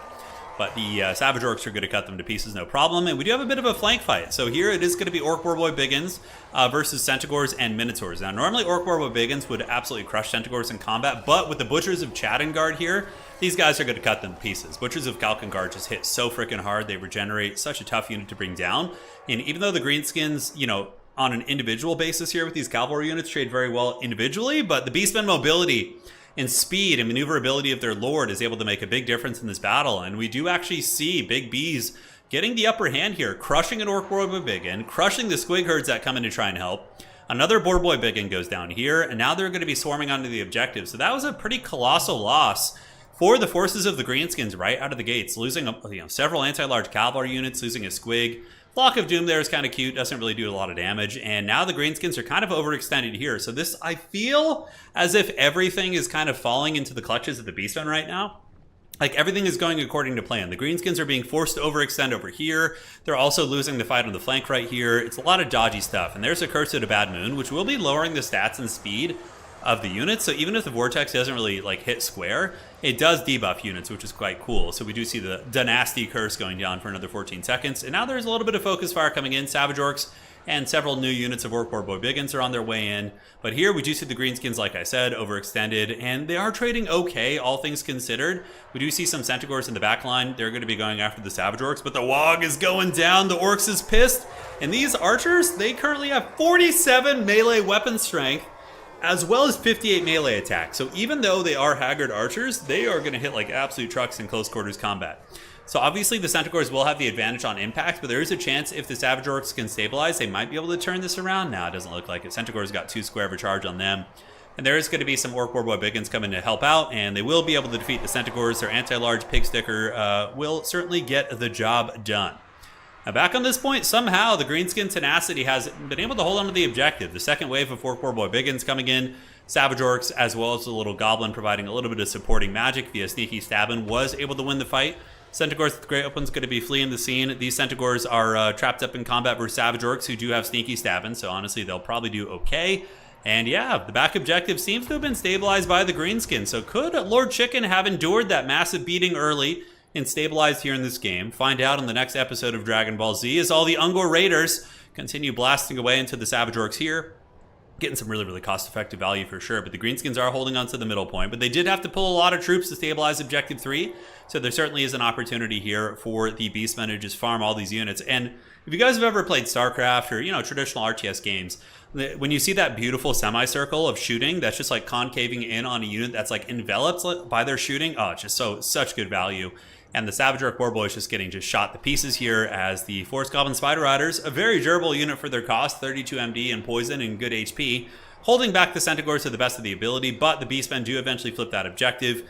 And now it's time to get some, meat reinforcements out here for the Greenskins. So we got Savage Orcs, we got Squigs. Backpoint is being held by some Savage Orcs, but still on the flank here, we see the Butchers of Kalkengard hearing no bell whatsoever, and they do cause terror, so terror going down on the Savage Orcs. We got the Centaurs with the Great Opens, and it looks like this point could be under threat once again.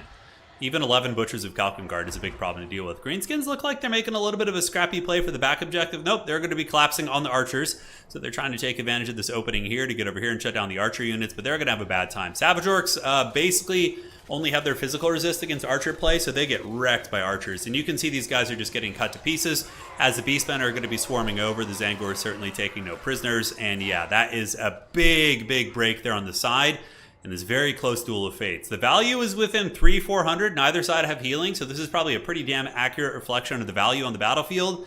Although a lot of Greenskin stuff has broken off the battlefield with low health, as we saw in the beginning. So the Beastmen probably are a little bit higher up in value than you would actually suspect. And here we see a big flank engagement. Butchers of Kalkengard and Centaurs going to be cruising over and running over the Goblins.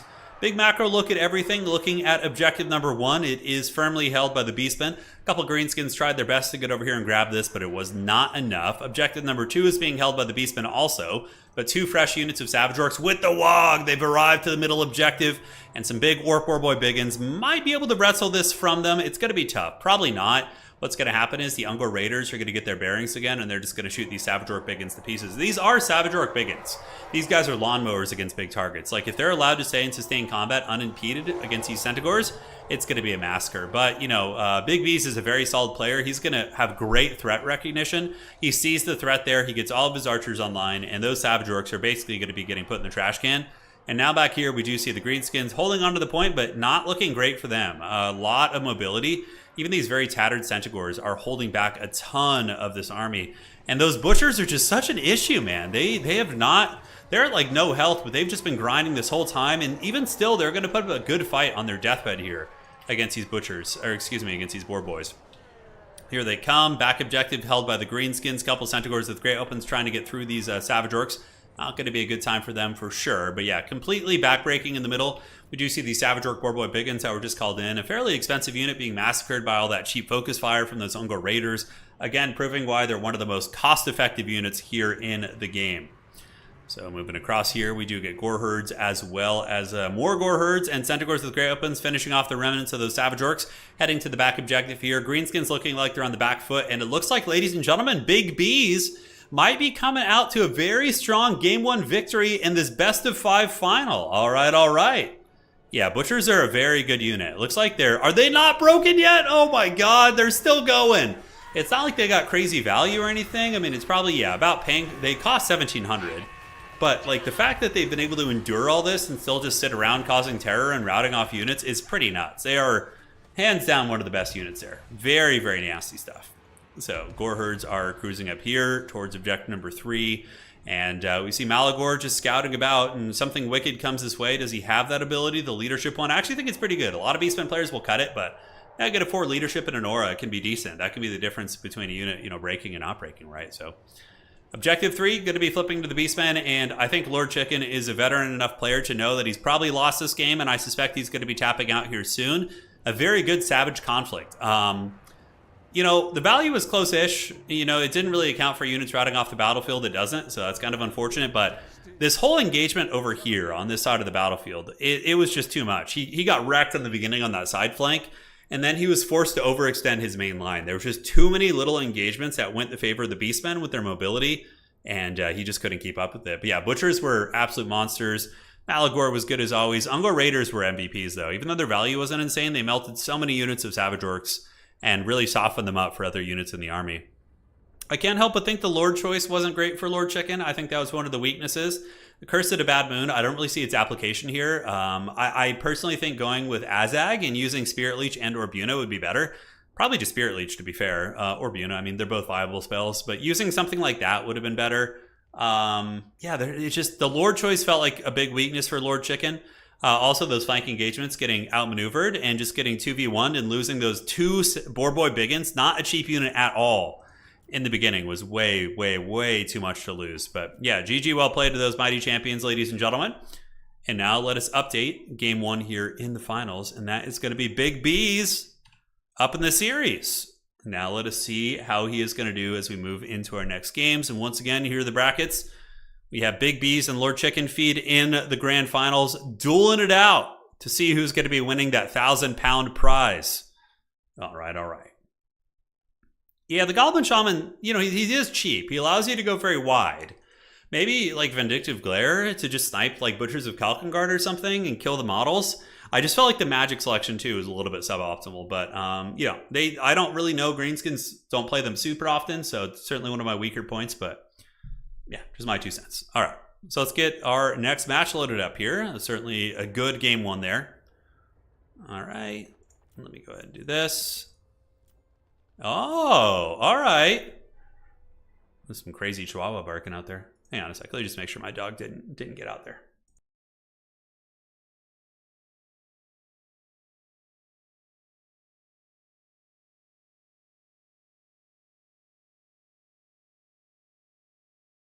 All right, all is good in the neighborhood. All is safe. All is cozy. And now we have the most unga of bunga matchups here, hands down. So this is going to be Game 2, and let us load in. All right. Here we are, and it is going to be Lord Chicken on the forces of Norska Oh, I haven't seen Norska in a while. Norska really fell out of favor. They've barely been played at all in 5.1. But it is going to be Norska facing off against the Greenskins. So it looks like it has been a bit of a flip. Greenskins, of course, still a very powerful faction, despite seeing them lose. They are quite strong indeed. It looks like it is going to be another Goblin Great Shaman. Very, very, traditional stuff. Let's get it, baby. This is the true Unga Bunga matchup. It is. Yeah, absolutely. Absolutely. Fun stream so far. Lots of bull rushes. Yeah, it's been well, you also have to remember who's playing. The 4 players who qualified tend to play more chaos-centric play and more aggressive from my anecdotal experience playing with them. There are some players who are extremely good at like defensive play styles, like with the Empire and Dwarves and things like that. But the players who qualified are typically more aggressive. So, all right, guys, for the Unga Bunga spawning on the west side of the map, it's going to be Lord Chicken. Lord Chicken with Marauders, backed up by Javelins. So Marauder Hunter Javelins, very, very good at hunting the big monsters like the Squigs and Pigs, which is certainly would be a great name for a barbecue joint. We do have Norskan Ice Trolls, one of the better units on the roster, one of the better trolls in the game, honestly. They hit incredibly hard. They're durable with 60 armor and regeneration. As long as you can keep their leadership in check, they do very, very well, just like Tabletop. Wulfric the Wanderer with his Pirate Ship of the Gods, and that is it. So yeah, very traditional Norskan army, just spears, marauders, no marauder champions, which are a little bit weak, I suppose, against Squigs, but a super cool unit. Excuse me. Goodness gracious. Forest Goblin Spider Rider Archers. In the back row here, it is going to be some Savage Orcs, so a ton of Savage Orcs with Squig herds, and the Goblin Great Shaman this time. Yeah, what is this? What is this excitement about the Curse of the Bad Moon? Like, I know it does a little bit of damage, but it's like, are they so excited about the debuff? I can't help but feel that that's not the best choice. And we're going to see if that, works this time around. 1 million Savage Orc Arrow Boys, which will outtrade a ton of the Norskan units. They'll wreck the Trolls, they'll wreck the Marauders, as well as the Javelins. A very good answer against all of these bad boys. All right, guys. The battle is on. We'll do a little bit of fast forwarding here while the players jockey for position. Objective 1 is going to be taken by the forces of Big Bees and Wulfric, as well as we have a Skinwolf Werekin. All right, this is exciting. I didn't notice you. So Skinwolf Werekin does have the Ruinous Flesh, so he gives off an aura of armor as well as missile resist to nearby units, which is very helpful for Norska, actually. I believe these things did have a cost reduction. I'm not sure, but I think he did. I can't remember. I think the Skinwolf Werekin did get buffed a little bit, but Norska is going to be grabbing that objective back almost immediately, so they're going to be getting objective 1. Wulfric thinking about moving in, could get a big Sea Fang down the line on these Savage Orcs, so you want to wait for them to be a little bit more bunched up. Norska is now going to be calling in some Norskan Ice Trolls, so the Norskan Unga Bunga is gathering its beatdown and getting ready to party, while the forces of the Greenskin Wog line up, and they're just happy to be here, man. This is what they live for. They just want to fight, they just want to brawl. Nothing else matters here. Which is a great song, by the way. I don't know if that's my favorite Metallica song. It's speaking of, before we get into the game, really underrated Metallica song. I don't even know if it's underrated, but To Live Is To Die. If you've ever heard that song, it's like a really long kind of ballady sort of song. Well, no singing, but it's mostly instrumental, but it's very good. Very, very good stuff. All right, so Big Bees is going to be swarming around the side. We see the Forest Goblin Spider Riders trying to shoot into the unshielded Spearmen, which is smart. The shielded Marauders are going to be eating that fire, while we see Lord Chicken pull back the Marauder Spears. So he's going to be getting those guys out of the situation here. And now a burning head coming in from that Shaman Sorcerer. Oh my god, look at that. Yeah, making some Squigs and Pigs barbecue. Oh my goodness. Oh, those archers got melted. Look at that, 80% damage. And the other ones get a little bit of a singe. They get a nice barbecue bark on the side right there. They got cooked up nice and good. Oh my god. That was pretty savage. All right, guys. So on the far side here, we see the skirmish from the Greenskins playing a very cagey playstyle, but currently Norska is Unga Bunga triple cap, so they're going to have to move up and fight. They can't afford to sit back, much like the new Conquest mode for land battle. Domination is a game mode where you have to play the objectives. You can't sit back. You have to move up and fight, which is, the way it is. So Marauders getting ready to battle Goblins in the front, going to be building up their rage mechanic. Trolls, of course, will hit incredibly hard if they can avoid some of the focus fire, but now the Greenskin missile play is going to start saturating in. And I would imagine there's going to be, Sea Fang going down right there. So Wulfric calls in his Haggard pirate ship from Warhammer 1. And we are going to be seeing another burning head. The Shaman Sorcerer is on the move. It's probably going to go right here, like right down the pipe on these 2 units. You're going to be seeing a burning head here in a second. The Norskan Trolls swarming all across the map, getting into the Savage Orc lines. Where is that burning head? Those archers need to be shut down. Wulfric is going to be diving into the secondary to get on top of the Savage Orcs. And now we see the Boar Boy Biggins coming out to try and peel which will be good. And I was pretty close to accurate on that Burning Head. That's going to be a big one. Oh, and it goes through the Boar Boy Biggins too.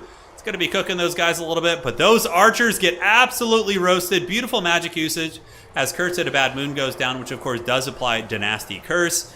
I mean, yeah, that's cute and all. I guess it helps break this unit, but this Frost Troll doesn't seem to care too much about it. In the back, we do see the Javelins getting really cost-effective focus fire, so those Javelins are just getting the work done. They're melting into those Squig herds, and now they're going to be saturating into the light hides of those Savage Orcs. And the Norskan Unga Bunga seems to be doing some serious work here today, as they are up a little bit in value, and Greenskin leadership is looking very fickle. Javelin fire crossing over here, nailing these Orc Boar Boys in the side. We're currently frostbitten and trapped up in melee versus some Marauders. And now we see the Skin Wolves, the premier condom brand of the old world, has arrived. They got their atomic slapping claws, and they will be pretty good against these Boar Boy Biggins in the fury of a melee. In open field, they wouldn't like it, but in a chaotic melee where the Boar Boys can't get their charges off and there's a lot of chaos going on, that's where they're really going to be shining. So big call in here for the Greenskins. Squig herds, as well as another Boar Boy Biggin coming in to reinforce. We do see Norska with the reverse Unga Bunga here, getting objective 2 and objective 1. At this point in the game, Norska would easily win with just 2 objectives as long as they just hold on to this. So I think their fight is really set. Seafang going down there, a really nice one. It nails those Orc Boar Boy Biggins, also hits these Orc Boar Boys. Skin Wolves getting wrecked a little bit by the anti-large. There's 2 very powerful anti-large units here, but the Werekin, remember guys, the Werekin is giving an aura to all nearby units of missile resist and armor. So you can see the Skin Wolves here actually up to a respectable amount, not respectable, but a decent amount of armor, which does help in tandem with the missile resist. So the Greenskins are getting pushed back pretty heavily by the Norskan Unga Bunga. In the tree line, we do see the Shaman Sorcerer being protected by his Marauder Spearman. A couple Orc Boys do get cooked by that Burning Head right there, so it's quite cost effective. But yeah, overall, the state of the battlefield, we see a big archer position here for the Greenskins, which certainly has the capability of maybe getting them back in the game, but it's going to be tough. Norskan Ice Troll surging into the secondary, Marauder Spears, as well as Skin Wolves. Yeah, just all over the place, man. Skin Wolves will counter these Squig Hoppers incredibly hard. But here come the Squig Hoppers. I love these units. They're so freaking cool.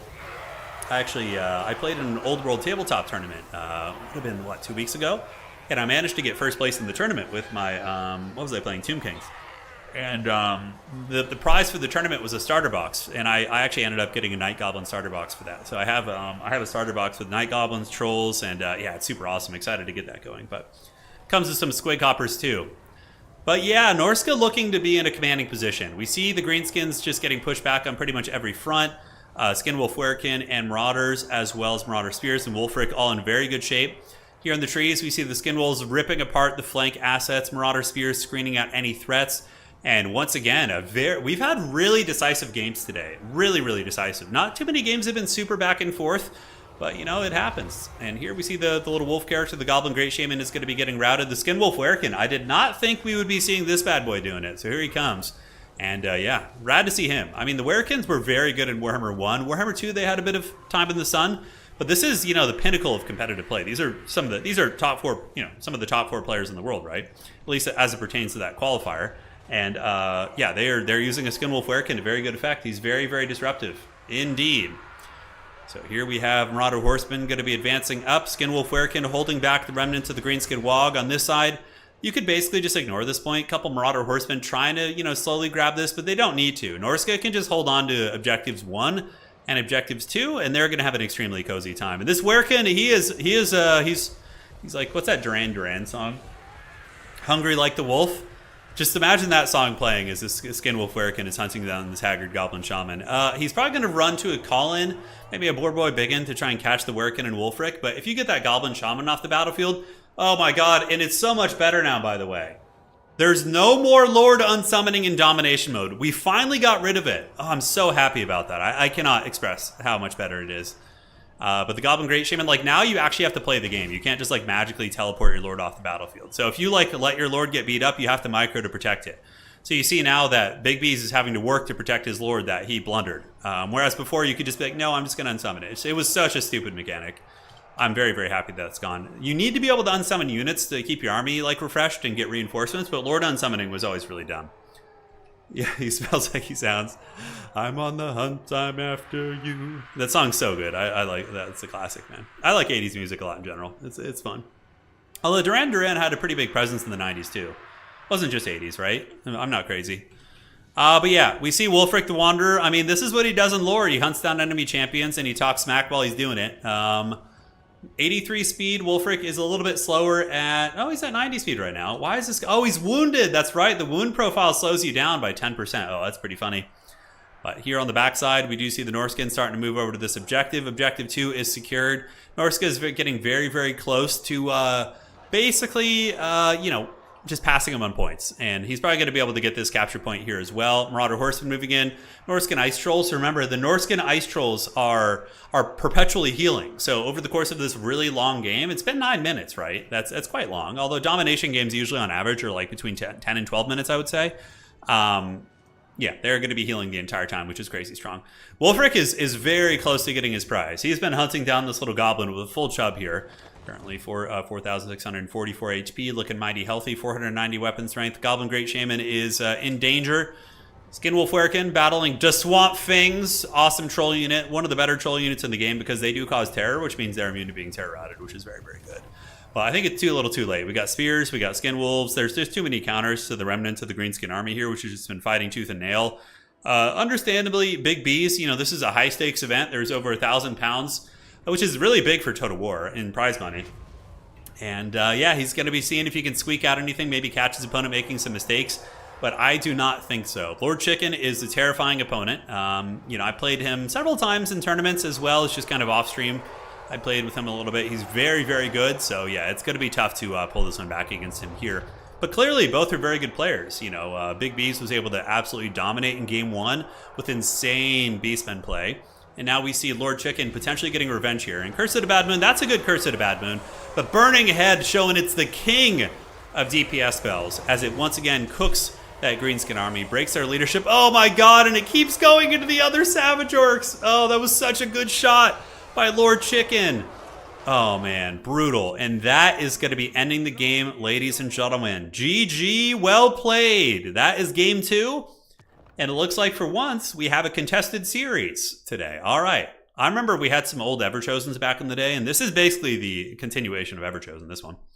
But we had some back in the day where we would just like have no contested series. Like every single game was like a sweep. So it's nice to see. Nice to see that this is going to be a back and forth series here. That Burning Head was brutal, man. Those Burning Heads just straight up won that game, I think. It was savage. So Wulfric 1,400, Werkin at about 1,000. Trolls did fine. Burning Head 2,200 value on Burning Heads. That is really, really, really good. I think it's time for Grimgore, dude. Grimgore needs to make a return. They need to stop using this boring, lame Great Shaman and use the awesome, the true Grimgore. What else do we got? Yeah. Overall, yeah, just the leadership issues and the healing and sustainability of Lord Chicken, right? Healing unit. And all the Skin Wolves are healing constantly. So that Norskin roster was getting actually a ton of healing that kind of went under the radar, which I think also gave him the momentum in the close fight. All right. So we're going to be heading on over to game 3. We got the series tied up at 1-1 in this RTK Civil War. I believe both these gentlemen are RTK. And RTK, of course, very, very powerful players, especially in domination mode. But there have been several other clans that have been kind of rising up and doing very well. The last major Creative Assembly event was won by the Rat Clan, the Hitman Hippo. Was that the season finals? We'll actually check that. We'll check that right now. Okay, so let's go ahead and get rid of this. All right. And I'm just going to check that real quick. I think it was... I have on the Hall of Fame on Total Tavern. We're going to check real quick. Yeah, so Hall of Fame on Total Tavern. So, yeah, the last CA official major tournament was won by Hitman Hippo. So there have been 4 major CA events in Warhammer 3. The first 2 were won by Houseplant, and then Tim the Wilder won the 3rd one, and then Hitman Hippo won the 4th one. So, yeah, very fun stuff. Yeah, Norska is fun to watch. I like Norska. They have the thematics of Norska are so rad. If they got like an update and got some new units, some weird Fen Beasts and things like that, I don't really know. The last clash was not won. The last clash was won by Hippo. Berserk won the last season finals of Total Tavern, which is probably, you know, yeah, that's the other major event. We have like a couple major events, and I would say they're the season finals for Total Tavern and then the CA official events. Those are like the major events. All right. So let's go ahead and load into game trace here. All right. See how this one goes. It's time, boys. It's time. And we got a fun matchup here. A bit of a lore matchup, actually. These two have had a little bit of a grudge in lore, which is always fun to see. But loading into game 3, it is going to be Lord Chicken Feed on the forces of the Plague God facing off against Big Bees, bringing out the Dowie. Such is for the grudge. Oh my god, look at that. Flamethrowers, baby. Shame that CA just quit doing officials. These are officials. I don't know what you're talking about. The CA is literally sponsoring this event. Are you talking about in-person events? They stopped doing in-person events because of the Rona back in 2020, and it just never came back after that. That's the main reason. Yeah. Season finals for Total Tavern is going to take place in a couple weeks. I'll have a schedule for that soon. But no, this is an official event. They just let me host that on my channel now, which is pretty cool. I'm happy about that.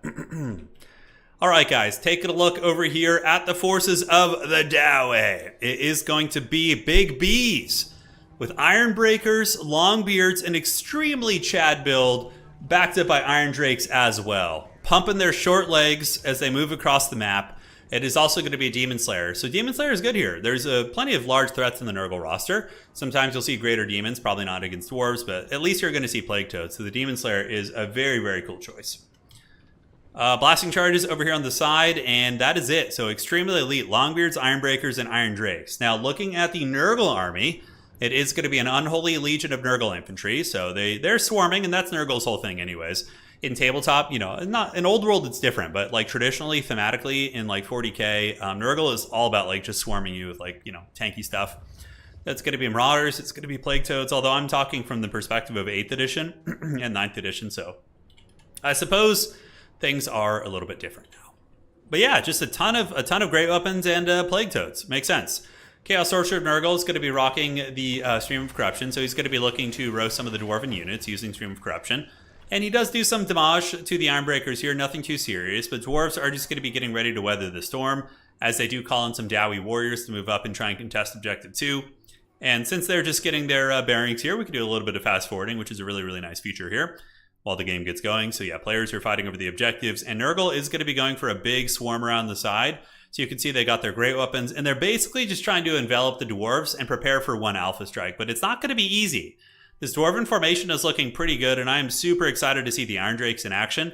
Another Stream of Corruption going down here by Lord Chicken nails those Iron Breakers once again, but the Dwarves, I think, are content to just eat that magic. I don't think they have too much on that. In the back, we do get Slayers being called in, so basic Slayers. And oh, what is this? We got Plague Ogres. Okay, this is fun. I'm excited to see this. You don't see these things terribly often, but yeah, I mean, they do crush Dowie infantry if they don't get focused by missiles. They'll hit incredibly hard, but yeah, Plague Ogres, that's really cool. But fast forwarding here, while the Nurgle player does his little build up, some players like to build up big critical mass armies. We see a second Plague Ogre come out, and now they're going to be sounding the horn of war as Nurgle surges forward. Pestigors engaging against Iron Breakers, they're going to get blasting charge. Oh, look at the flamethrowers going, and the blasting charges. Oh, look at the torrent of fire. That is so righteous. So look at this. We get the Iron Drakes as well as the blasting charges. And those Nurgle units advancing in through the fire and flames. That's a pretty heavy metal shot right there. But they are just getting melted, those Pestigors. And these Pestigors get melted as well. Plague Toads do arrive in. Blasting charges saturating into the entire Nurgle army. A massive amount of damage coming in from Big Bees. Absolutely massive. But Nurgle has arrived. They have weathered the storm. The great weapons are now in melee combat. And here we have the Iron Drakes with their flamethrowers getting some pretty cost-effective crossfire into the Plague Toads. You can see these Plague Toads are getting cooked up a little bit. Iron Breakers getting roasted by another Stream of Corruption. But man, those flamethrowers, yeah, melting those Plague Toads, man. The Iron Drakes are no joke. Now, Furies are going to be attacking into Slayers, which is a good call, because Furies are infantry size, Slayers are anti-large, so not bad at all. And now we get the Long Dongs Slayer Pirates coming out. So these guys are just decent melee fighters. They'll definitely beat a Pestigor. They got their pistols, and also they lower melee attack by 10. So they'll really, really dominate a Pestigor unit or a Marauder. They'll put their melee attack to sub 20. But the Dwarves are holding pretty well. Here we see the Dwarven resistance enduring the Nurgle flank as the blasting charges continue hammering into these units. Iron Drakes are still mostly online. We have one Iron Drake here. This one is like shooting point blank. I don't know if they got like a buff to their like line of sight or their arc of fire, but it seems like these Iron Drakes have been able to shoot for most of the battle. It's currently rotating about to try and get on the Plague Ogres. And now, yeah, look at that. Roasting the Plague Ogres with some righteous Dowie fire. HP draining off at a massive, massive rate here as Slayers get into the Plague Ogres as well. And these Slayers are going to be taking them apart. That is going to be some beautiful anti-large damage. That Plague Ogre tried to karate kick that Dwarf in the face, but he took it like a champ. And he kept going as the Iron Drakes are just cooking so much of this army. This is freaking awesome. Big, big stuff indeed. Now, looking across the battlefield, we do see Objective 2 owned by the Dowie. Several units of Dwarf Warriors and Longbeards battling against the Plague Toads as well as the Warriors here. Long Dongs, Pirate Slayers, going to be flanked by some of the Marauders. Should be able to turn around and fight if need be. But, you know, Nurgle's persistent. We also get Bile Trolls being called in. Bile Trolls are regenerating armor-piercing monster. Going to be quite strong. Drew, thank you for the tenor, man. Greatly appreciate the support. Thank you, thank you. But yeah, so far the Iron Drakes are mostly, I think, still functional. Although this one does get karate chopped. This one is pretty beat up. So I guess they just kind of got caught out there in the last second, but not before they do pretty lethal damage. On the approach, the Iron Drakes probably got at least 700 or 800 value. Only 500 on this one, and this one got about, let's see, I think that was the same one. Stream of Corruption going and cooking the Longbeards and the Slayers once again. Dwarves in danger of losing their back objective here. They need to get this. Dwarves are not the best at reclaiming objectives, although the Dwarves are pretty far ahead in points right now. So I guess they have a little bit of a cushion. They've had the double cap for most of the game. Here we see Slayer Pirates coming out. I do like the inclusion of the Slayer Pirates. They do have good, you know, DPS with their pistols. Dude, these guys look just straight out of a dive bar. I love it. Of Karak Dive Bar, yes. Shooting into the Plague Toads. That's a really nice use of them. You know, the Dwarf Warriors and Longbeards can tank it, but you need a little bit of range DPS. What's cool about Slayer Pirates is even if they get attacked by Furies and or Marauders, they're going to be able to fight and hold. So yeah, the Slayer Pirates doing excellent work. And long-drawing Slayer Pirates also lowering MD, or melee attack, excuse me, of nearby units by 10. Look at these, 18 melee attack on these Pestigors. And if they get into any blob fights, it is an absolute game changer. Demon Slayer looks like he's on the hunt. Glorious Death, he can't die. Oh, he popped Glorious Death so his nearby Slayers can't die. That's so freaking cool. And is the Demon Slayer going to be going after the Chaos Lord? Chaos Lord is going to be trying to get away here, but the Dwarves seem like they're kind of stabilizing here. Very stalwart folk. Dwarf Warriors pushing up, Longbeards pushing up as well. Slayer Pirates doing great work shooting into the Bile Trolls, but now the Bile Trolls could be a bit of a problem. They're going to probably need to call up more Slayer Pirates or something to deal with that. But this is an extremely close game. A lot of the games we've had today have been more or less one-sided, but this is a back-and-forth nail-biter game. This is going to be a tight finish, I would imagine. Objective 3 is owned by Nurgle. They were able to steal the objective from the Dwarves, which is a great play. The Dwarves are going to be getting some stalwart capture weight up here. A really good Stream of Corruption. Lord Chicken has been really on point with those this game. Even though it doesn't do a ton of damage, it does probably proc the army passive, the Children of Nurgle. Did he bring that? Yeah, so it's going to be healing his army, which is quite good. So, objective number 2 is owned by the Dwarves. Here we see Slayer Pirates in melee with the Marauders. Slayer Pirates should probably win that, although there is a big model discrepancy. I don't know, that's actually kind of a bit of a close fight. Nurgle calling in Plague Toads, and we do see some Marauders of Nurgle with great weapons. And the Dwarves are kind of getting swarmed a little bit on the middle objective, as Lord Chicken does swamp the back with the Chaos Furies, getting a good rear charge into the Slayer Pirates as Miners with Blasting Charges are called up, and Dwarf Warriors will be saturating across. Demon Slayer, though, has found his prize. The Chaos Sorcerer of Nurgle getting caught by the Demon Slayer and taking quite a bit of damage. That Power Mohawk taking no prisoners, as the Sorcerer Lord is going to be forced to run, and he was actually wavering there for a second. So Norglebling's Ironbreakers, no bell heard whatsoever, still fighting it out, and the Dwarves are going to be pouring down from the hills, very lore-friendly, to come and salvage the fight in the middle. Not going to be leaving their brothers to fight alone here. Long-drawn Slayer Pirates, they are going to be a god-tier unit here. Absolute god-tier unit. Long-drawn Slayer Pirates. If they can get into the melee fight, that's going to be lowering the melee attack of nearby units by 10, which is going to be absolutely bonkers. And now we have the Demon Slayer down here. I don't think he has any aura outside of the Glorious Death, which is an activated ability, but even still, he is an anti-large fighter who can help against Bile Trolls. He should do a very, very good job against them. Okay, if I had to say, the momentum is looking a little bit better for the Dowie. We see a metric ton of Dwarven legs being pumped up here, and they are all swarming onto the middle objective, including blasting charges, more blasting charges here, which are going to be excellent at clearing off these units with good micro. Plague Toads are still somewhat numerous, and Bile Trolls as well. Colin is going to be more Pestigores here. Nurgle does have some army-wide healing, so the value is probably pretty close to dead even right now, but maybe even Dwarf favored actually, because the disintegrating and crumbling damage isn't tracked in the gold value damage. So that is something that is a little bit of a tricksy hobbitses. So Miners with Blasting Charges cruising up. There is going to be a Stream of Corruption once again on those units, but the Blasting Charge is brutal damage against the Nurgle infantry.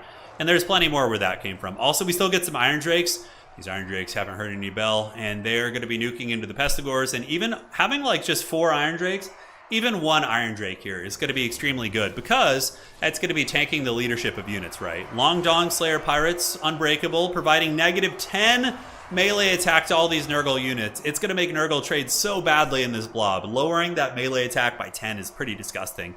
Now, Iron Drake's providing supporting fire up on the hill. We do have some Bile Trolls coming in. Some Dwarf Warriors, you know, taking the business from them, which is unfortunate. But the Dwarves are managing to hold on to this objective. Nurgle basically has to kill the Dwarves off the point, which is not going to be easy. There's a mighty Demon Slayer in here. And yeah, he is chopping apart these Plague Toads. He's a Demon Slayer, right? It's not a Dragon Slayer. Yeah, Demon Slayer. He's in his natural habitat. This is what it's all about, man. He wants to be slaying demons. And, you know, he's got plenty of demons in front of him here. As we do see Big B's with a decent little points lead. It's getting to the point where Big B's, and this is like, I have played against Dwarves a lot in tournaments.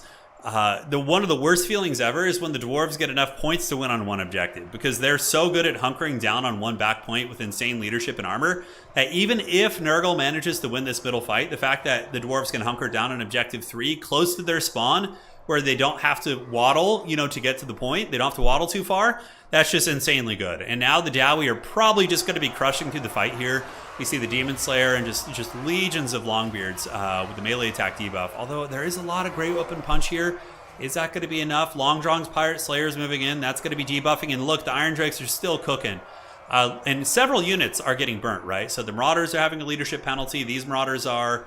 And I think that Lord Chicken realizes this and is going to be grabbing this Chaos Sorcerer Lord of Nurgle, moving across, going after the Iron Drakes, and most likely finishing them off. So yeah, there he goes. He punts some of the Dwarves. A couple blasting charges, just, you know, the grudge being satisfied there a little bit. Bile Troll is still fighting in the trees versus those Dwarf Warriors, taking 15 years.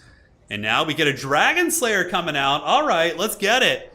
So the Dragon Slayer and the Demon Slayer tag team. That's super cool. So that's a lot of anti-large. And then what a neat build here by Big B's. I'm loving it. All these cool dwarf characters coming out. That's fun to see. Iron Drake still shooting. Demon Slayer and Dragon Slayer going to be fighting shoulder to shoulder. There's no way in hell Nurgle is going to be getting through all this. In time, at least. There's no way. The dwarves are just cackling. They're drinking their Bugman's Brew preemptively. I think the Dowie know it's over. And that debuff, the -10 melee attack, oh my god, that really nullifies the Nurgle blob. And Nurgle doesn't have like a Mortis engine or anything to really break through this, right? They're going to be paying the price. So now the Dragon Slayer's arrived. He immediately fells a troll. Oh, what an epic way to close out the game. He just bashes that troll in the face. And that is going to be a victory for the Dowie. The grudge has been satisfied, and Big B's with the dub. All right. Why don't Nurgle players use Nurgle Warriors with shields? Oh, yeah, they're pretty good. They're good, but it wouldn't have been that helpful here. Probably Great Open Warriors would be better because the Flamethrowers ignore the shields. They don't like, missile block chance doesn't affect the Flamethrower, so... yeah, like there was no shooting here. Maybe the Slayer Pirates, but yeah, probably you would still want to go Great Weapons instead of shields in this matchup. -1 grudge, yeah, absolutely. So that is going to be 2-1 here for Big B's. And this is best of 5, the grand finals. So we're going. 3,000 value though in that Sorcerer Lord is pretty savage. That was very, very good. And aside from this, Pestigores performed well. Plague Ogres, probably a bit of a weak link. You know, actually, I think some Chaos Warriors with Great Weapons would have been really hard for this build to deal with. This build didn't have any quality armor piercing, and Iron Drakes, I guess they could potentially do work against Chaos Warriors, but I think if you just come in with like 3 or 4 Chaos Warriors, this build might have actually really struggled. Yeah, cool stuff though, man. Demon Slayer at 1,700 value, Dragon Slayer came in and killed the troll at the end, which was pretty fun, and yeah, overall, that was a really, really good match. And we're going to be continuing on, ladies and gentlemen, to the next Duel of Fates. It's Domination. I do plan on having a big Conquest tournament soon. My next faction war, which is going to be coming up in the next probably 3 weeks, is going to be in Conquest mode. So there will be a huge Conquest tournament too. I plan on doing both game modes. They're both very fun. I still think I like Domination as like the competitive staple, but I do like Conquest. Yeah, All right, all right. So let's head to the bracket as we get the next game ready, and we will do it. It remains full. Yeah, absolutely. The book is always full. Yeah, it always is. All right, all right. So matchup, we have we already saw this matchup today, I think we did. Yeah, I think we may have already seen this one. I'm not sure. All right. So loading in to the next game. Let's get this party started. Lord Chicken Feed is down. It is 2-1 for the Big B's. Big B's going to be trying to close it out here. We'll see how it goes for him as we load into the game. It is going to be Lord Chicken on the Beastmen versus Big B's on the Ogre Kingdoms. Now, historically speaking, let me go ahead and frame this for you guys a little bit. The Ogre Kingdoms have historically done very well against Beastmen, but we saw Lord Chicken crush the Ogre Kingdoms earlier with his Beastmen. So clearly this is something he's practiced and he has tried to lure his opponents into it. He probably picks the Beastmen knowing his opponent's going to pick Ogres because they think it's a counter, but he has practiced this matchup so much and fine-tuned his skills in it that he feels comfortable in it, which is pretty cool to see. Need some good boy gameplay. We already had it, Alex. We had a game earlier on with Karanak. Yeah, it was Empire versus Khorne. It was a really good game. That was earlier. So, ladies and gentlemen, it's going to be Ungors into the sunset, backed up by some Ungor Raiders. So we got the Ungor Raiders ready to party. And as usual, they do really well at just shooting into the Ogre units. A couple Ungor Spearmen herds, Malagor the Dark Chicken, Butchers of Kalkengard, as well as Minotaurs with Great Weapons. So everything is on the line here for Lord Chicken. Looking at the allegiance here of Big B's, he's got Lead Belchers, but only one, whereas his buddy earlier had two. Got a Slaughtermaster of the Great Maw and a Hunter. All right. All right, that's cool, man. Yeah, Hunter's a high missile resist monster. Well, 20 missile resist with 110 armor. It is also going to be mounted by a Hunter who does have a Javelin and the Bang Stick. So he does have a little bit of crowd clearing as well. And a ton of Ogre Bulls. All right, so this build is different than the Ogre build we saw earlier. I'm happy to see Ogres are still viable and still being used in tournaments. It's going to be a Flock of Doom going down from Malagor the Dark Chicken. Does nail those Lead Belchers on the head. We do see the Hunter patrolling back and forth and back and forth. Just trying to see where he wants to go. Actually throwing a Javelin up at Malagor. So Malagor does eat a Javelin in the face. It is an anti-large Javelin, so not going to do a ton. But does do a little something something. So Lead Belcher shooting across into the Beastmen lines. And is this Hunter just going to be diving in? It needs to watch out. Butchers of Kalkengard and a bunch of Raiders could probably pin that thing down and give it a lot of trouble. And yeah, I do like this from Big B's. The fact that we're seeing some Mournfang Cavalry that can help support against the Minotaurs, which are very, very punishing against those bad boys earlier. I like that change. I think, not change, but that difference from the other player that we saw.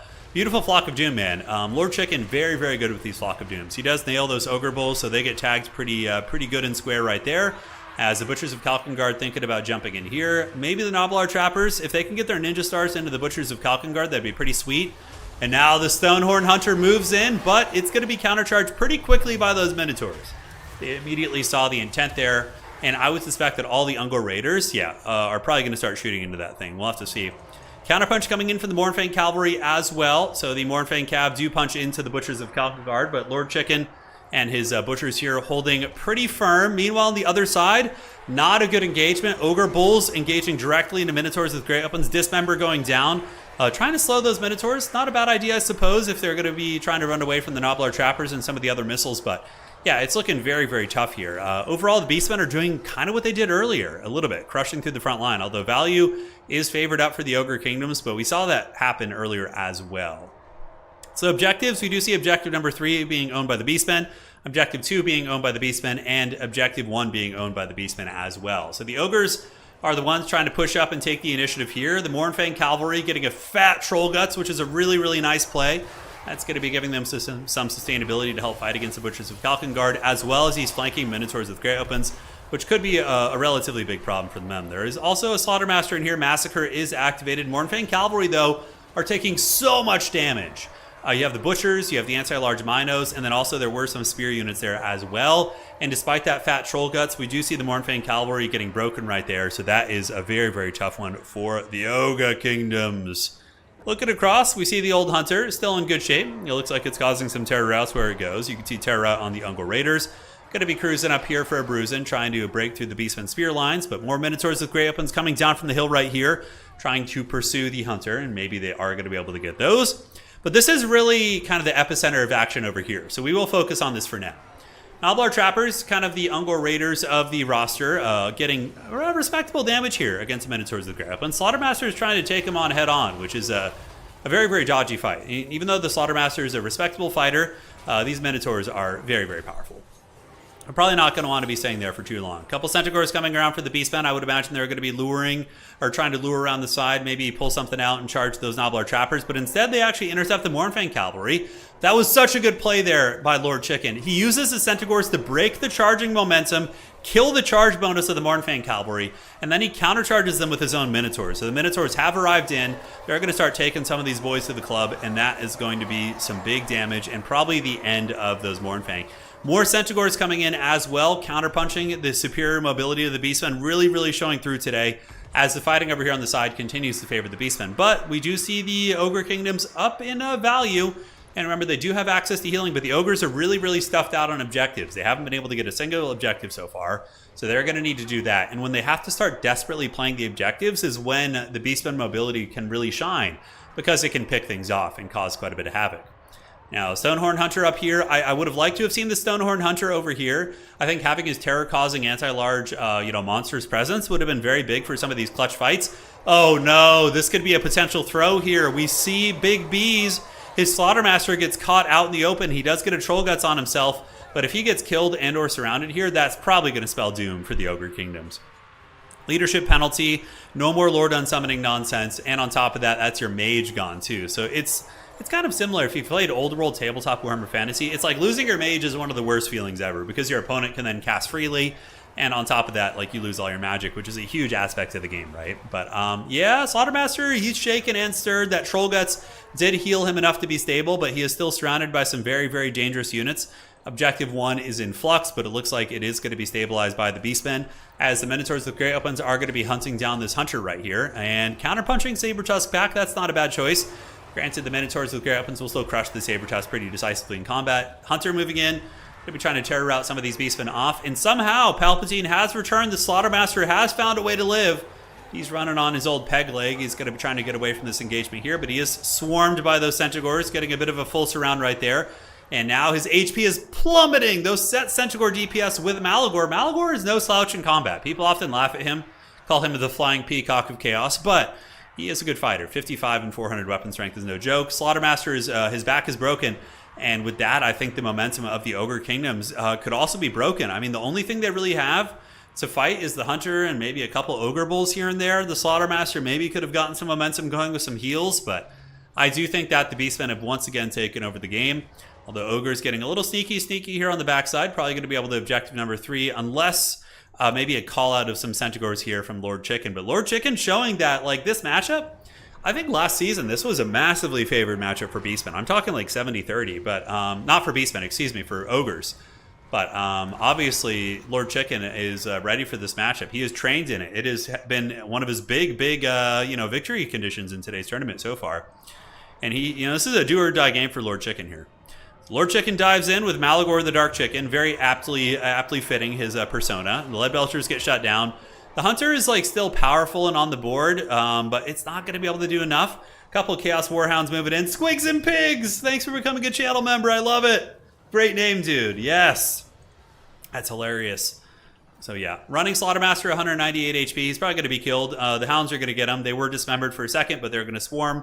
And immediately you're going to be seeing the HP dropping off these as soon as the Hounds start attacking. Although it looks like he might just be escorting him, like trying to guarantee he stays routed. A little bit hard to tell. But yeah, Minotaurs are taking these Ogres to Pound Town. The Man-Eaters with Grey Weapons getting it. And that is going to be a victory for Lord Chicken. All right, we're going to Game 5. Yeah, baby, that's the best way. That's how all finals should be. Game 5, evenly matched players, great battles, back and forth. What's not to love? All right. Good times indeed. So, looking at this, what do we got? Minotaurs did really good. Dude, Lord Chicken, the Lord of the Beastmen, dude. He is making the Bray Herd look really, really good. And they have been off to a top tier start. Beastmen have been winning a lot of games and tournaments since 5.1 launched. And this was played in 5.1 as well. All right. So, this next game, ladies and gentlemen, is for all the marbles. You know what I think the Beastmen need is an Iron Blaster. Iron Blasters are really good in this matchup. They just wreck Minotaur units. Although it wouldn't have been that good on this map, but hard to say. Hard to say. Yeah, I don't know. I don't know what I would change in this build. Yeah, I don't hate the Powder Guts, like the Man-Eater shooting units. Saber Tusts are really good. Yeah, I'd have to try it myself. Yeah, great finals. Great finals indeed. All right, so while we load into the last game, here are the brackets for today. The third place match is going to be played sometime in the next few days. We're going to have the players. It was really tight scheduling for the 4 players in the finals, and we wanted to make sure they could all participate, so we decided to do the games via replays, which honestly is probably a better viewing experience anyways, considering we have players in France and Central Europe and the United States. Yeah, so it worked out well. Okay. But the third place match I'm going to be casting as a replay, a single video on my channel this week. So if you guys are interested in that, you will be seeing that. Okay. So that game is finished. And game 5 is going to be, okay, this is exciting. Oh, all right. Yeah, Stonehorn Hunters are pretty good units. They're definitely not bad at all. They're pretty damn strong. Ladies and gentlemen, we're going to be taking it back to the old school here in Game 5. To the dusty deserts of Nehekara. The Tomb Kings are going to be challenging the forces of the Changer for the $1,000 cash prize. £1,000 cash prize, which is more than $1,000. So quite a bit. Here on the Nehekaran Wastes. Oh, what kind of flavor is that? The Tomb Kings fighting off. Tzeentch is creeping into the Nehekaran Waste, looking for some ancient Tomb King relics. Right, this is like the perfect flavor duel. Tzeentch is curious about the mysteries and magical properties of these relics. So Kairos Fateweaver comes down here and is like, "Hey, what's up, homie? Can I see what's going on with these relics?" And Tomb Kings are like, "Hell no, dude. You ain't getting any of that. This is gonna be fun." This is game 5. It is time. Let's get it started. And ladies and gentlemen, spawning on the south side of the map, it is gonna be Lord Chicken, bringing the forces of the Tomb Kings. Front line is going to be Skeleton Warriors into the sunset, backed up by Chosen of the Gods and Ushabti Grepo. So Ushabti Grepo are obviously an amazing unit. You got to watch out for Screamers though. Screamers can really wreck them in this matchup. So they're a little bit vulnerable to that. We do have Eyes of the Desert as well. These are going to be the tech against the Screamers and anything big with their laser beam eyes. And it is going to be a legion of Skeleton Horsemen. Which makes sense. It's a big map. This is actually a really cool map. I like this one a lot. Like, you got like the dunes and the desert. I play Tomb Kings in tabletop. They're very fun. Well, Kotep is exiled, but he's back now. He's back to do some work. And Kotep is going to be using Usirian's Incantation of Vengeance on horseback. So DPS, it's pretty good. It's like a Melkoth that costs a little bit more, but does a little bit more damage. And also Curse Blades. So yeah, neat stuff. He's got the Restless Dead and the Lich Staff, which is very good for blocking up. So every time you cast a spell with Lich Staff, for the Tomb Kings, it adds 15 seconds to the cooldowns of your opponent's ability. So it's a very nice little item. It's very, very neat.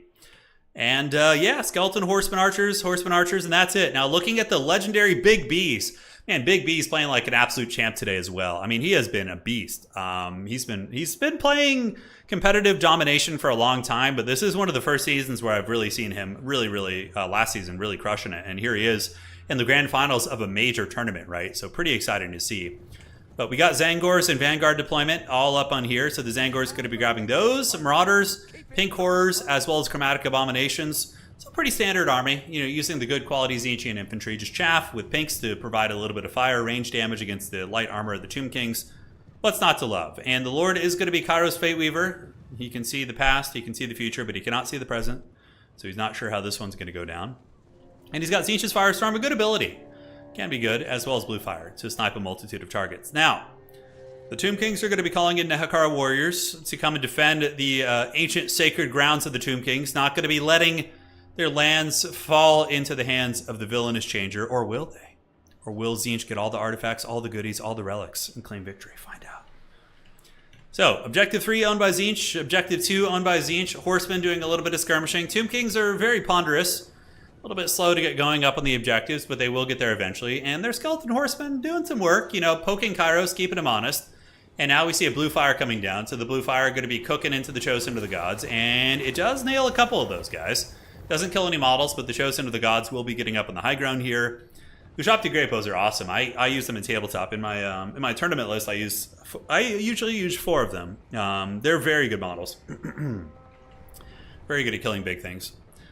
So, objective here was owned by Tzeentch. Tomb Kings are going to be trying to steal that. Sepulchral Stalkers are in position, so if that chicken decides to get close, they're going to get some laser beams right in the face. Over on the side point now, the Ushabti Great Bows are going to be raining in, and these are the basic Ushabtis, and they're shooting into the Chromatic Abominations, the Arwar Blues.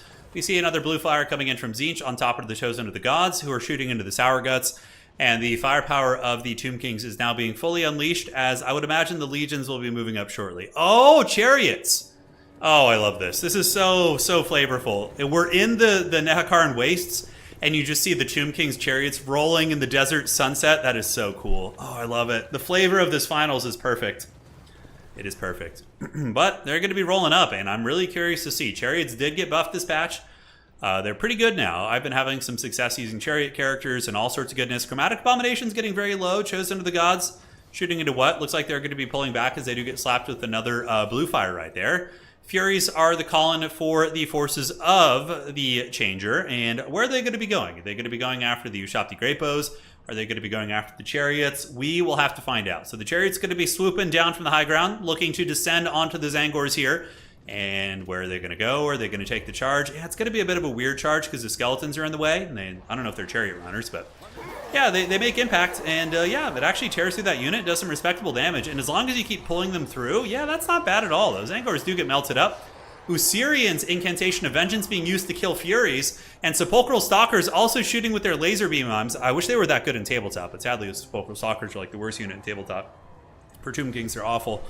But yes, big focus fire going down, and it is able to finish off the Furies almost immediately. Looking at the values, Lord Chicken is up pretty considerably on value here.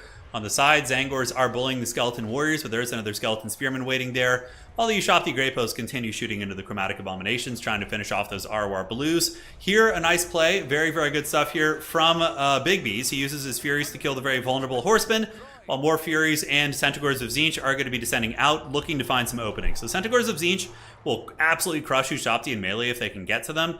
Looks like this objective is going to be yielded, and we do see the Furies descending on the Ushabti. So the Ushabti are going to be tied down by these scary demon beasts. But the Tomb Kings, they do not stand alone. Here comes the Nehakar Horsemen down from the hills. A very good unit at killing Furies. They have very high weapon strength, so they're going to be pretty good at that. But the Centaurs of Tzeentch, if they pile in here, it could get a little bit dodgy. Looking on the other side of the battlefield, we do see the Nehakar Warriors moving up. The Pinks doing very, very good damage for Big Bees, shooting into the light armor of the Tomb Kings. Chariots are also pretty close to dying, but they've already gotten 500 value, which isn't bad. And the Realm of Souls, the dead rising from Nehakara, massive heals across the roster. The Changer dropping his foul firestorms onto the Nehakara Warriors, which seems to have done a little bit of friendly fire damage against the Zangors, but overall that's very lore friendly, right? Nehakara Horsemen being used to counter the Centaurs of Tzeentch. Not that they're a counter, but with Usirian's Incantation of Vengeance active, that probably will be enough to give them the victory. And the Eyes of the Desert are able to peel off the Chaos Furies, which is going to allow the Ushabti Great Bows to start shooting again. And that is a big, big problem. Ushabti Summon being used. The Ushabti Summon is very strong. Ushabti are also buffed this patch. They got, I believe, another 6 bonus for infantry. I can't remember what it was, but they did get buffed. And that's a pretty good usage. Get them on top of the Pinks and see if they are going to be able to crush those guys down. Tzeentch is cackling on the objectives pretty damn hard right now. They do have 2 objectives. The third one potentially going to be stolen. Tomb King's trying to get that one back. Centaurs of Tzeentch have moved in a fresh unit, and they have charged into the Nehakara Horsemen. Looks like they are going to be able to crumble these guys. But the Sepulchral Stalkers and the Ushabti Great Bows are doing a lot of supporting fire from the high ground. Tzeentch's Firestorm in the backfield there looks like it does nail down some horsemen as well as some spearmen, so might allow those Zangors to actually win that fight, despite the fact that they were probably going to lose that one otherwise. But the Ushabti Summon clearing out the Pinks on the middle objective. Another Skeleton Chariot has been brought in. This one's already gotten 300 value, and it looks like Chariots are back on the menu. And they don't seem like OP or anything, but they just seem like they actually do stuff now. The Chariots moving through, wrecking some of these Marauders on the way in. Yeah, Marauders take a lot of shock damage and are wavering. Now the Chariots are going to move into the Pinks, which are basically the ideal target. Lightly armored, infantry sized, everything that you want. Everything that you want to get those guys down. Side objective here, Tomb King's probably going to get this one back. We see these Zangors losing ground against the Nehakara Horsemen, so that's going to be objective 1, going to the forces of the Tomb Kings. Objective 2 is getting in the clutches of the Tomb Kings as well, as we see skeleton horsemen archers and basic skeletons here. The chariots are going pretty bananas, running over these skeletons, these popcorn bandits here, these little pink horrors. Currently up to about 800 value, so the chariots have already paid for themselves, getting some really, really nice charges. And in a meta where people really like to have high capture weight units, like infantry and domination mode, you know, chariots are certainly, in some matchups at least, going to have a little bit more of a place, which is cool. On the side point, we do see that going a very, very dominating fight for the Tomb Kings. Now, the Tomb Kings are going to be maneuvering over to the middle. Objective 2 is in their clutches, and Tomb Kings can win this game as long as they just hold on to 2 points. And Tzeentch looks like all of their attempts, Tzeentch put a metric ton of effort into trying to kill the Great Bows, right? A ton. We saw 2 Centaurs of Tzeentch, 2 or 3 Furies, and they failed horribly. The Nehekar Horsemen, in tandem with the Eyes of the Desert and the Usirian's Incantation of Vengeance, were able to protect that backfield perpetually, which now means the Ushabti Great Bows are just going to be shooting safely from the dunes. It's so cool. And there you see him shooting up and over a little bit as well. Some of those giant shafts going down. And the legions of Nehekara are rising here in the deserts. They have the home field advantage in the grand finals. And this is for the 1,000-pound prize. Potentially going to be going to Lord Chicken here. It looks like he is starting to take over this game with a massive value lead. And Tomb Kings, remember, do have decent healing. Realm of Souls is going to be healing your army up, pretty consistently. And on top of that, you are going to be getting the lore passive as well. So Lord Chicken could be bringing it home for, I guess they're both an RTK technically. So both gentlemen are going to be getting that. But I think Kairos is in trouble. Tzeentch is looking a little bit beat up today. And I know we had Chaos win a lot of matches today. But Chaos did struggle against the Dwarfs and also against the Tomb Kings here. So it has, has gone both ways. And that is for sure. Nehekar Horsemen going to be pushing over to the side objective. We do see some Skeleton Horsemen cleaning up the scraps on the side. Meanwhile, Nehekar Horsemen going to be blocking this up. Firestorm of Tzeentch going down. I feel like Infernal Gateway is just objectively better, but I could be wrong. They are going to be pushing into the Zangor units. That is going to be a triple cap here for the Tomb Kings in just a moment as they dominate the side objective. The Tomb Kings mobility doing very, very good work.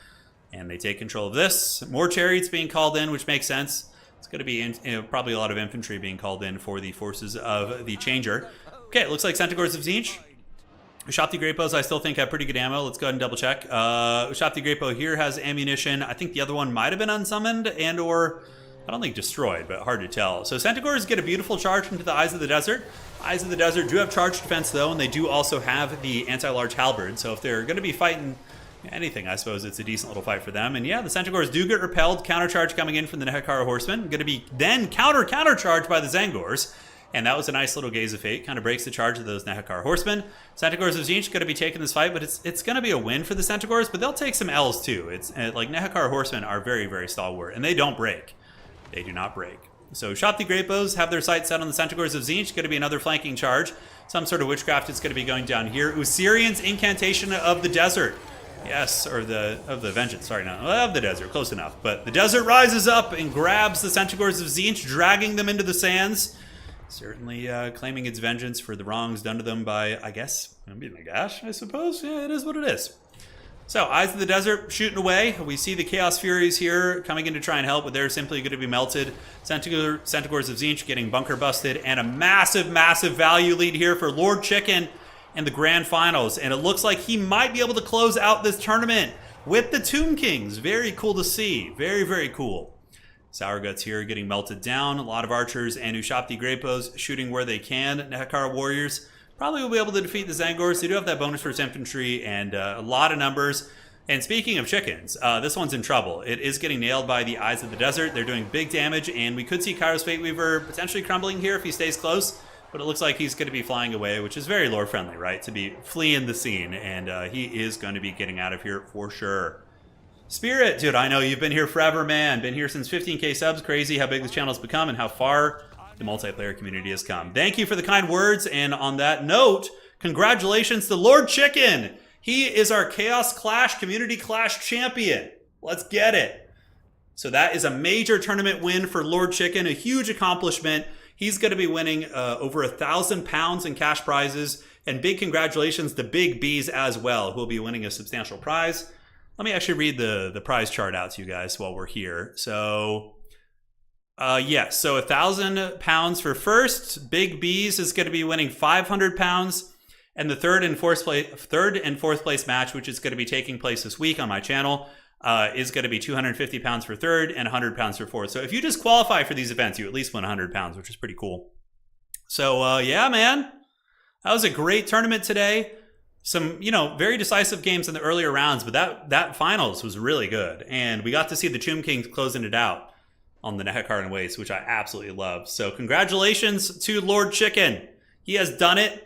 And very well played to Big B's and to Alfredinho, as well as Jay Barbs. They were all great champions. That was a super sweaty tournament.